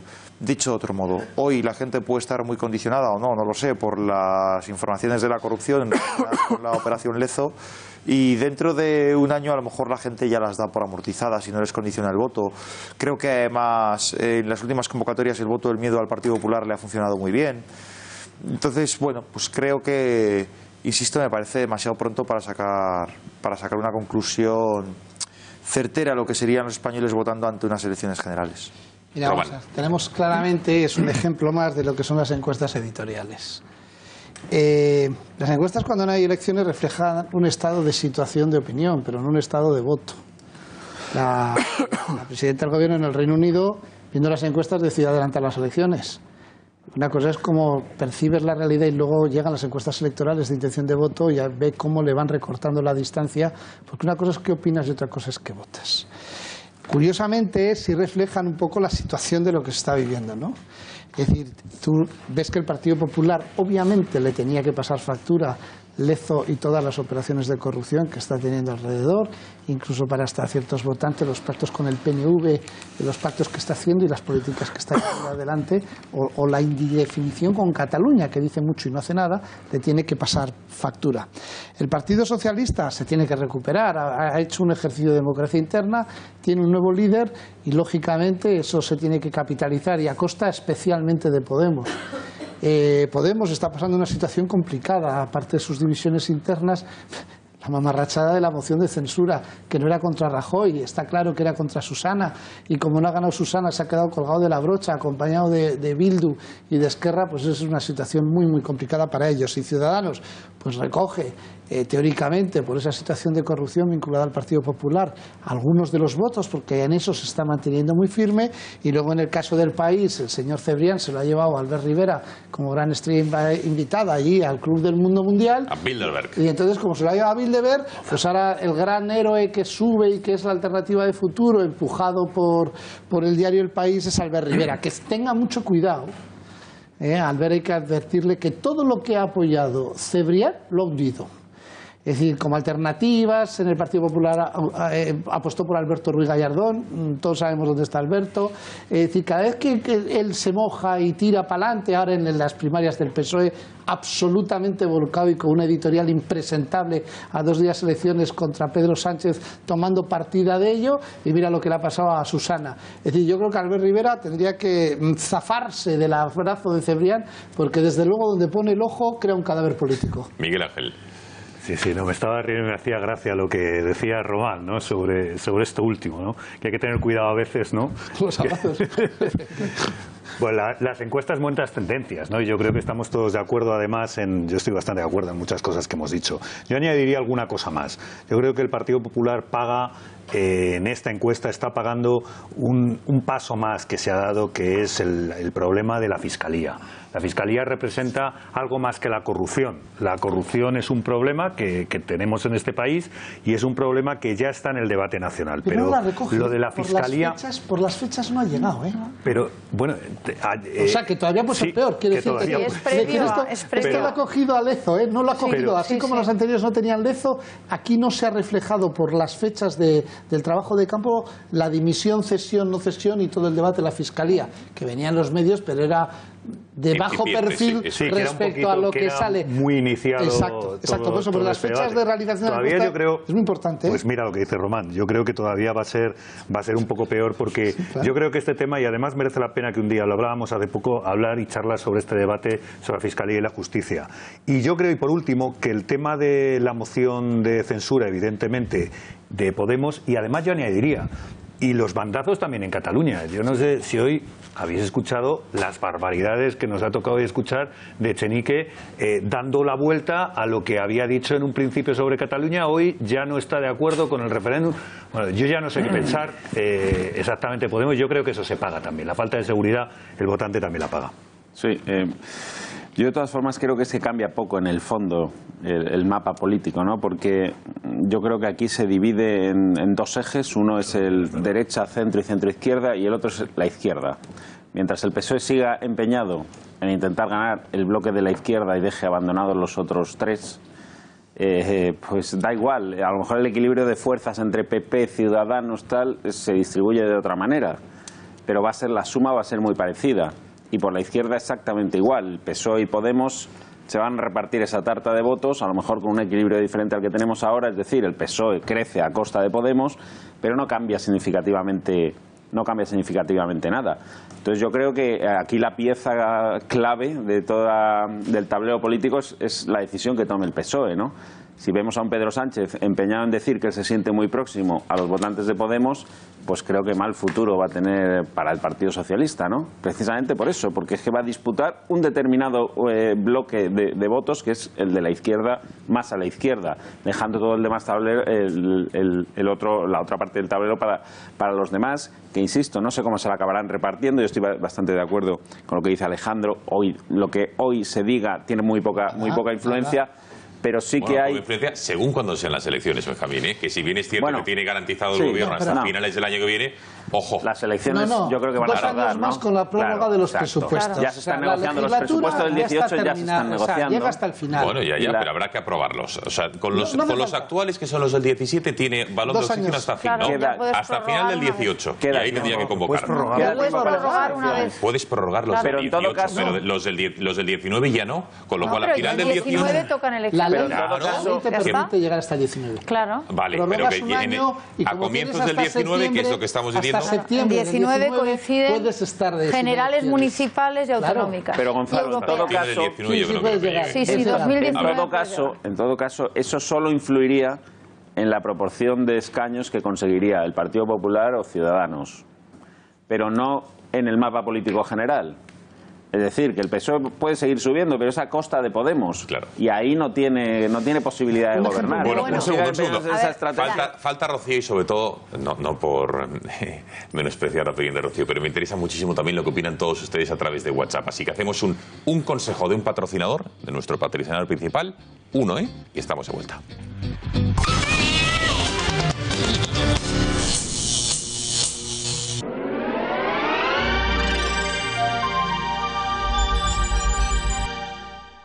Te has ganado la brisa, te has ganado el sol. Este es tu verano, te lo digo amor. Ahora 30% de descuento en moda baño.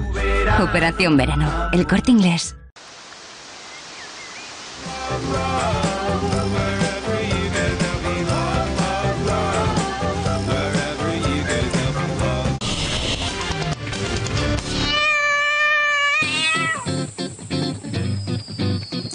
Aquí Aquí seguimos en el Gatalagua, recta final, analizando estas encuestas, estos sondeos demoscópicos que hemos conocido en el día de ayer y en el de hoy, que el debate sobre si reflejan una España o es fiel reflejo de cómo está la intención de voto en nuestro país, o si a lo mejor, como decía Alejandro Requeijo, la memoria es corta, es muy cortoplacista y esto no sé, lo que está ocurriendo hoy no se va a recordar.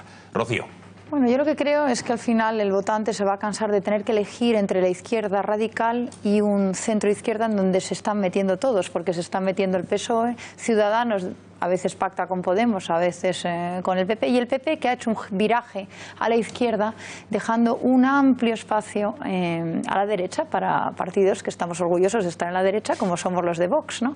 Entonces, en esas encuestas, además, faltan los que están dispuestos a votar a otros, porque si no he leído mal, 25-22, 17-18, bueno, pues hay cada vez se abre más la brecha de un porcentaje alto que no quiere votar a ninguno de esos partidos, no se resiste a tener que elegir entre la izquierda radical y la caja del gris. La caja del gris donde están englobados el PP, el PSOE y Ciudadanos, que ahora mismo yo no los distingo. Yo ahora mismo me sientan aquí a un señor de PSOE, a un señor de PP y a un señor de Ciudadanos y no sé distinguirlos porque no defienden nada. Han pasado a un gris en que el PP ha renunciado a lo que defendía, Ciudadanos un día defiende una cosa, otro día defiende otra, ¿no? Y el PSOE no sabemos dónde está, ¿no? No sabemos dónde está. Y también esto va en línea con lo que está pasando en Europa, ¿no? Del hartazgo tremendo de los partidos tradicionales y de los grandes partidos, ¿no? Y yo creo que de aquí al 2019 pues vamos a ver muchas cosas y vamos a ver cómo se amplía esa brecha de otros partidos. Para que los espectadores nos entiendan estas encuestas son las que se llaman carne o pescado. Claro. Es decir, tú escoges y dices carne o pescado, y dices carne, y te dice, bueno, ahora tienes que comer, ¿qué quieres? Pescado. ¿Por qué? Porque tú puedes preferir la carne, pero como estás haciendo y llevas 8 platos, te tomas un pescado a la plancha. Entonces, como hoy no hay elecciones, hoy opinas de una manera, pero si mañana hubiera que votar, nos llevaríamos todos un susto con el resultado. Entonces, ¿o no? No, sí. Es decir, bueno, primero nos llevamos un susto porque, además en España, el problema es que como las encuestas son editoriales, es decir, tenemos un periódico como La Razón, que si Mariano Rajoy anuncia en un fin de semana algo, el lunes, curiosamente, sus estudios demoscópicos refuerzan con una encuesta exactamente lo que ha dicho el señor Rajoy.